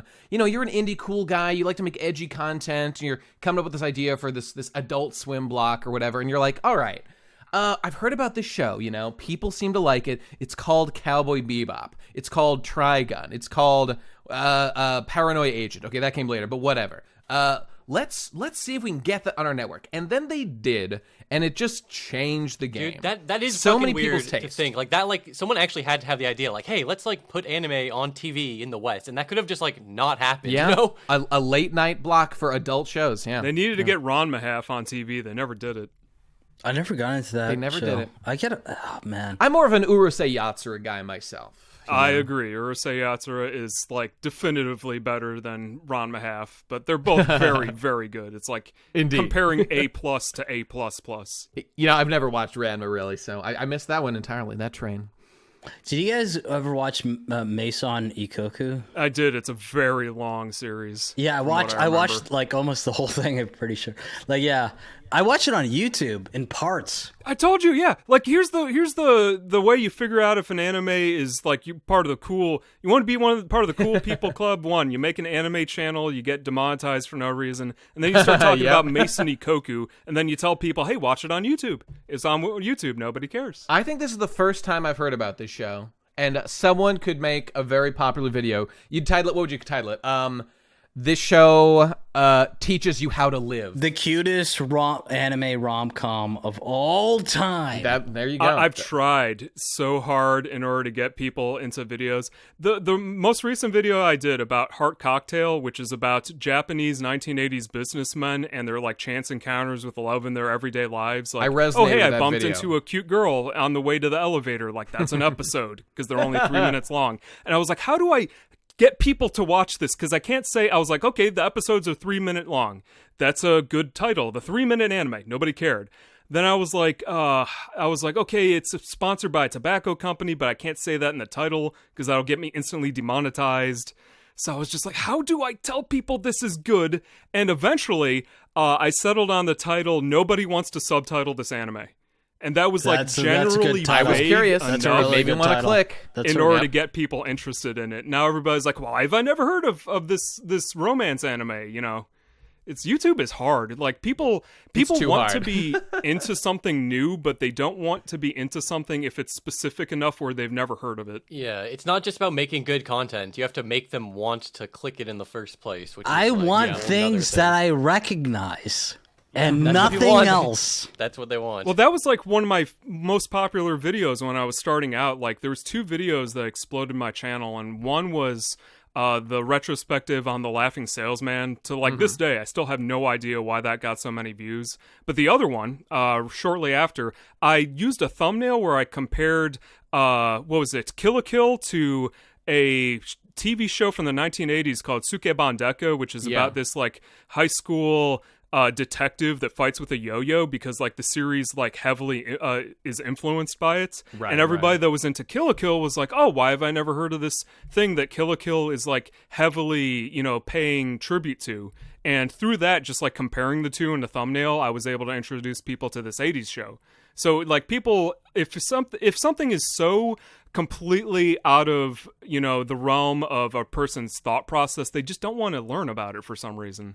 Yeah, I mean, I want to click on that because I had watched Kill la Kill, and then you're like, what? Oh, now that I'm invested in the story, you're telling me there's Speaking like... of which, all the uniforms for Kill la Kill, like the white uniforms with the stars, that's all based off of this other 1980s girl, like, delinquent show called the Sailor Suit Rebel Alliance. The Sailor Suit Rebel Alliance. Which I also did a video Alliance, on, so... Yeah.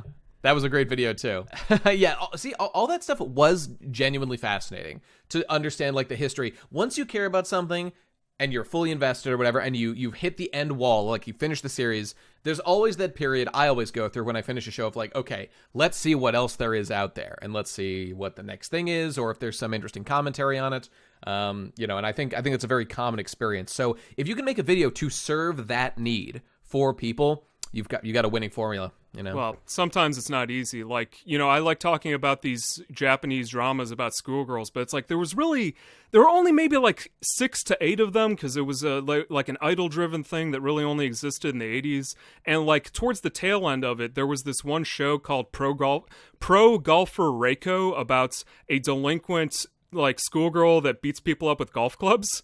And like that was completely lost media up until like a week ago. So like there's stuff out there that I want to talk about, but like you can't get it because it hasn't been released ever. It was like only VHS recordings from TV from like 1989. It's like, do you have it? No? Well, then it's gone. Can I do something that you probably are all gonna get mad at me about? But like, sure. All right, so the 90s, especially 90s anime movies, were the coolest that anime has ever been and will ever be. Such as which one? What comes like to mind? Ghost in the Shell. Sure. You know, sure. Vampire D. Like, yeah, I don't think anyone's going to argue with you on that. It's hard. It is hard to argue. Vampire Hunter D, Bloodlust, and Ghost in the Shell are 2 of my personal favorites. The movies had a really solid like look. You know, like it had really been refined, and it was. It's still really cool. Yeah, it just has a great aesthetic. Most of those. In my opinion, I would say like 82 to 1992 is my personal like golden age of anime. And then from like 1992 to 2002, I would consider that like the silver age, where anime is still really, really, really good, but maybe it's just slightly worse. And then like 2002 to 2012 is like that early digital age where they didn't really know how to make anime on computers. Like 70s, I consider like the sports anime and mecha anime decade. But, you know, the further back you go before that, like things don't even look like anime anymore. Like when you get into the 60s. It's fun to consider how contemporary all my knowledge is. That like I started in like the late 90s with the stuff that was on Adult Swim and, you know, like Cartoon Network with like DBZ and stuff. Yeah. And then I've barely gone back into the history, you know, a Gunbuster here, Angel's Egg. In my mind, 90s anime is like old anime, but then I always remember that, it's not even... I need to cover Dr. Slump at some point, because everybody always brings up Dragon Ball Z, but when you talk about Akira Toriyama in Japan, they're like, oh, Dr. Slump, best series of all time. And it's pretty damn good. You know, maybe that's something that I need to bring to people's attention. It's just so crazy to imagine that, like Dragon Ball is not his most well-known IP in a different country. Like, I always just think about that, not too. Even close. For when your videos, you have to do research. You have to, like, not only get, you know, what the Western perception is and all the knowledge we have, there's, like, a whole Japanese internet with all this other knowledge and shit that's probably a pain in the ass to fucking search through. Yeah, it's like not the easy. way how they don't even think of anime as a category. They just think of shows, and some of them are made by us. Others are made by other people.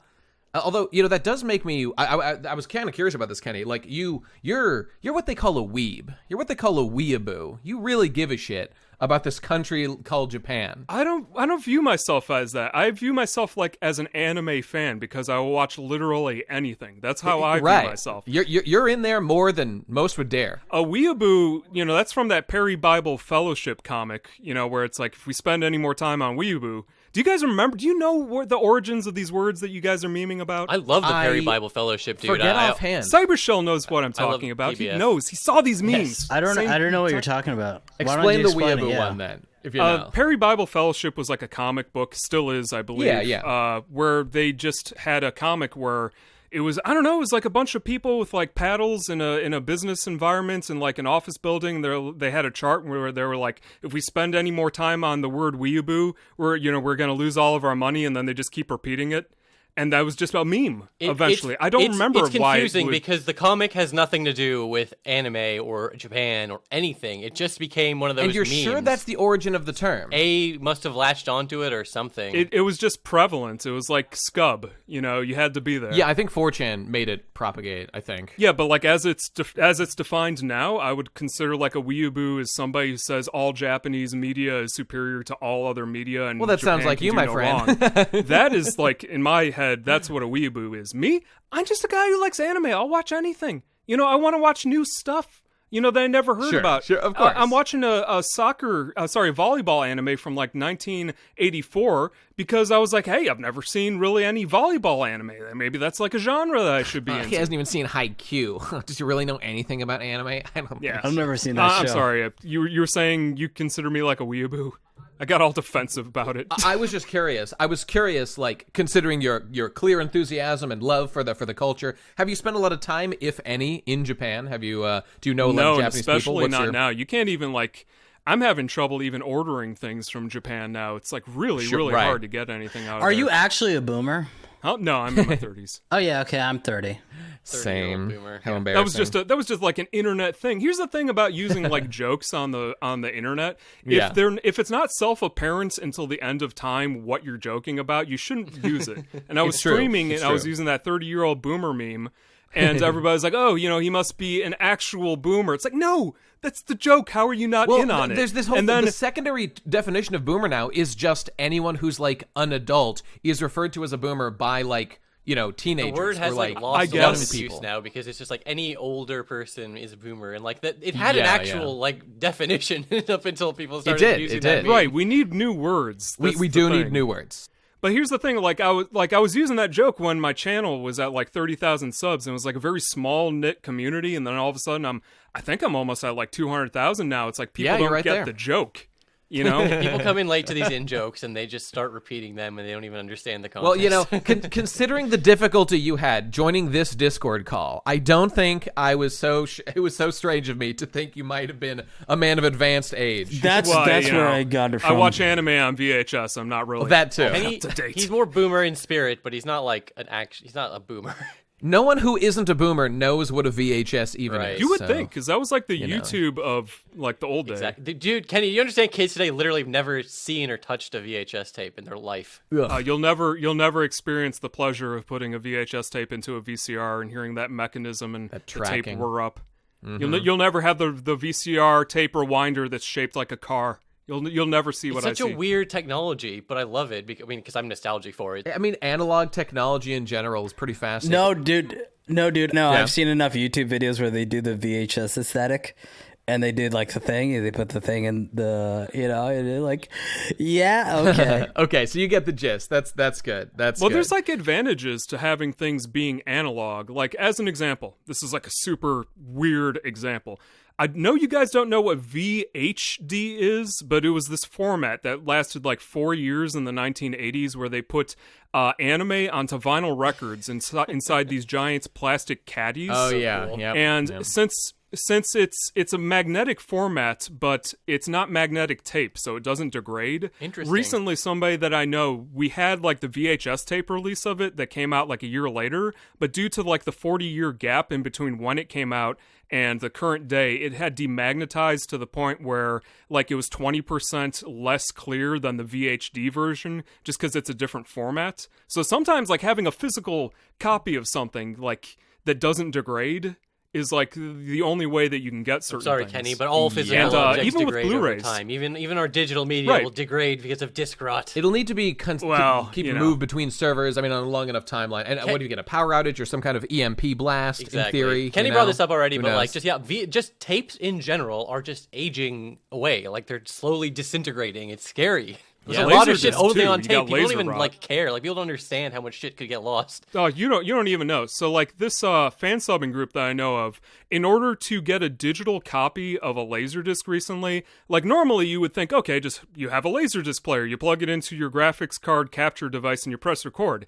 That doesn't really work with some Laserdiscs because of the way that they were made. They're basically gigantic CDs.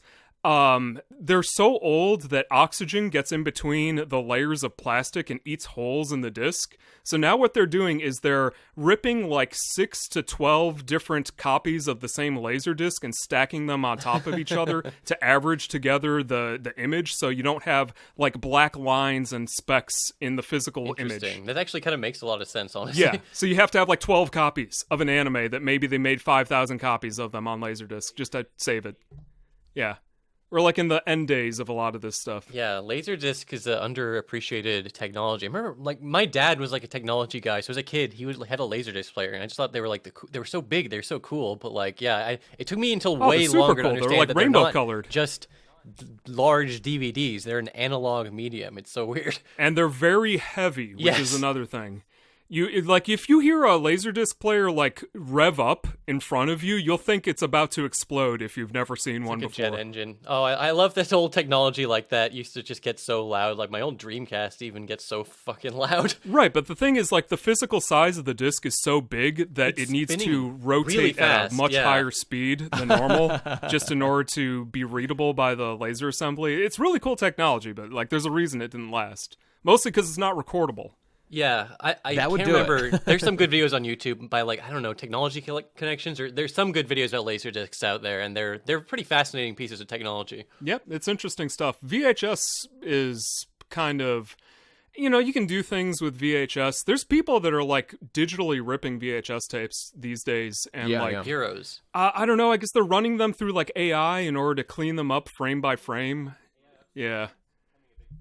It's a lot of crazy stuff going on in anime preservation these days. Well, thank God for that. Heroes like you out there doing God's work. So we'll have, that one seasonal anime from 1969 that is terrible and everyone agrees, but it'll still exist because we went out of our way to preserve it. Now, it's actually good. Well, there's some decent anime that like aired for like a good 10 years that we just don't have anything of. I'll give you an example. There's an anime called, look this up, Mon Chéri Coco. It's about a fashion designer in France, and that ran on TV for like a good 10 to 12 years. Just randomly, it would be on TV. Came out in the 70s, and they aired it.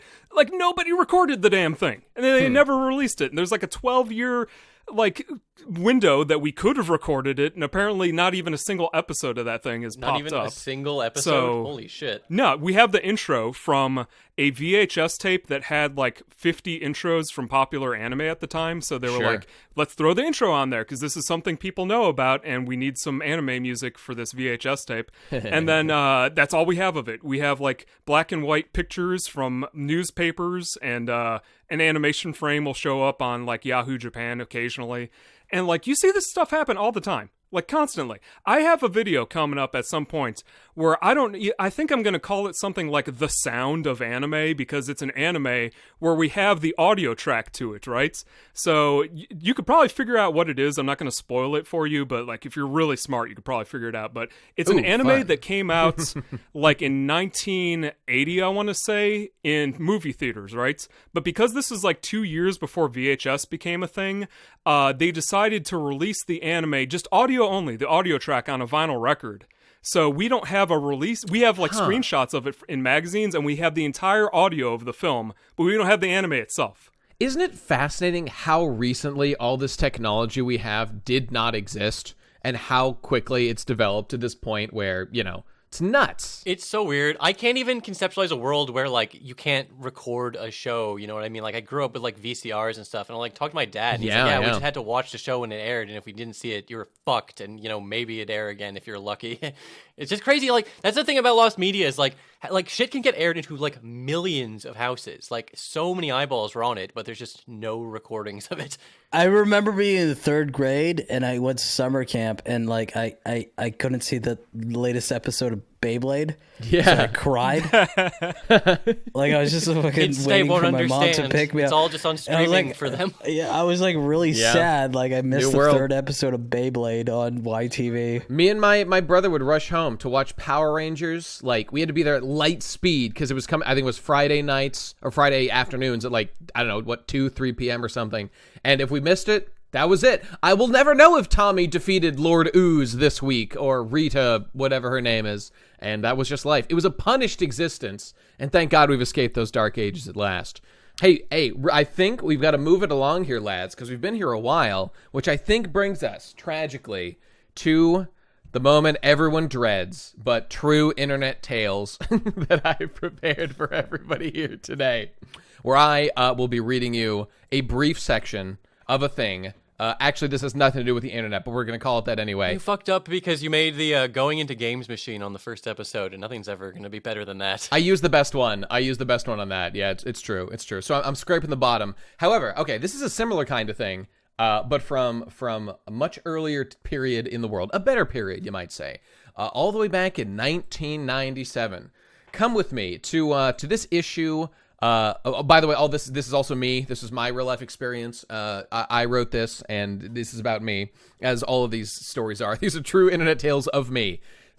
Placing this ad in the classified section of Backwoods Home Magazine in 1997. And here's what I have to say. Wanted. Somebody to go back in time with me. This is not a joke. P.O. Box so-and-so, Oakview, California, blah, blah, blah. You'll get paid after we get back. Must bring your own weapons. Safety not guaranteed. I have only done this once before. All right, that's it. I hope I get some volunteers. Please send a letter to my P.O. Box, address below, if you're interested in coming back in time with me. We'll see how many people are excited. So I actually have the backstory of this famous ad from that wasn't an actual magazine in 1997. It is not. People have wondered the origin of this, what it means, where it came from, why it showed up in an actual classified section. And I thought I would do you the service, everybody. I'm not just reading it for you, but giving you the scoop, because it actually is rather fascinating. And here it is. So it got famous in like the mid 2000s on like YTMND. That's where I saw it. I remember this from YTMND. Yep, me too. Back in the day. Sounds vaguely familiar. So, it is from an ad in the back of this magazine from the 90s, and here's the deal behind it. This guy John Silveira, I'm reading this from an entry online here, or Silveira, whatever it is. So this guy was like a writer who would help write ads for the magazine and would like help them fill out the content for it and whatnot. And so, but sometimes when they got to the classifieds, there would just be extra space that they needed to fill. That makes sense. Just as a joke, as a pure joke, apparently the September/October issue, there was a deadline and they didn't have any jokes. So he just came up with this idea and wrote it. He actually put 2 separate ads, only one of which is famous. One is like some ad about looking for a girlfriend. Please call me if you want to be my girlfriend. And the other was this ad, and it went down in history as one of the greatest calls to action of all time. Didn't they make a fucking movie based off of this meme called like Safety Not Guaranteed or something? That's right. Yeah, they made a movie in like really? mid 2000s or something. Is that all you need for the basis of your movie? You go up to an office and be like, I got this great idea. Aubrey Plaza was in that movie. Yeah. Right. As was Mark Duplass, apparently. I don't even know who that is. Of the Duplass brothers. Yeah. It's 2 of them. All right. Well, there you go, everybody. That's your scoop for this week. Was less painful than usual. I'm glad to say. I think we're done, everybody. I think that's a wrap. Cool. We went long. It was a good, juicy discussion. I was delighted to have everybody here. I'll be making the round, so I'm sure I'll have everybody back before too long. But thanks for joining, Oki. It was a pleasure to have you. Thanks for being here. Thank you so much for having me. A delight, Kenny, Cyber. Less so. Thank you. Less so. Still pretty good, though. Still I was giving it 50%. I mean, I've already been on an episode, so they already. That's right. What can you expect? Yeah, it's going to be diminishing returns. I expected I probably could have done a little bit better, but I gotta hold my cards. There's only so much lost in the anime out there. The people can only handle so much at one time. All right. Thanks for listening, everybody. We'll be back, I don't know, at some point in the future with another epic Gamerzone where we play the game of life and stay winning. Is that catching on yet? Someone, I'm sure, will do something with that. All right. Thanks for being here, everybody. I'll see you later. Bye-bye. Bye. Take care.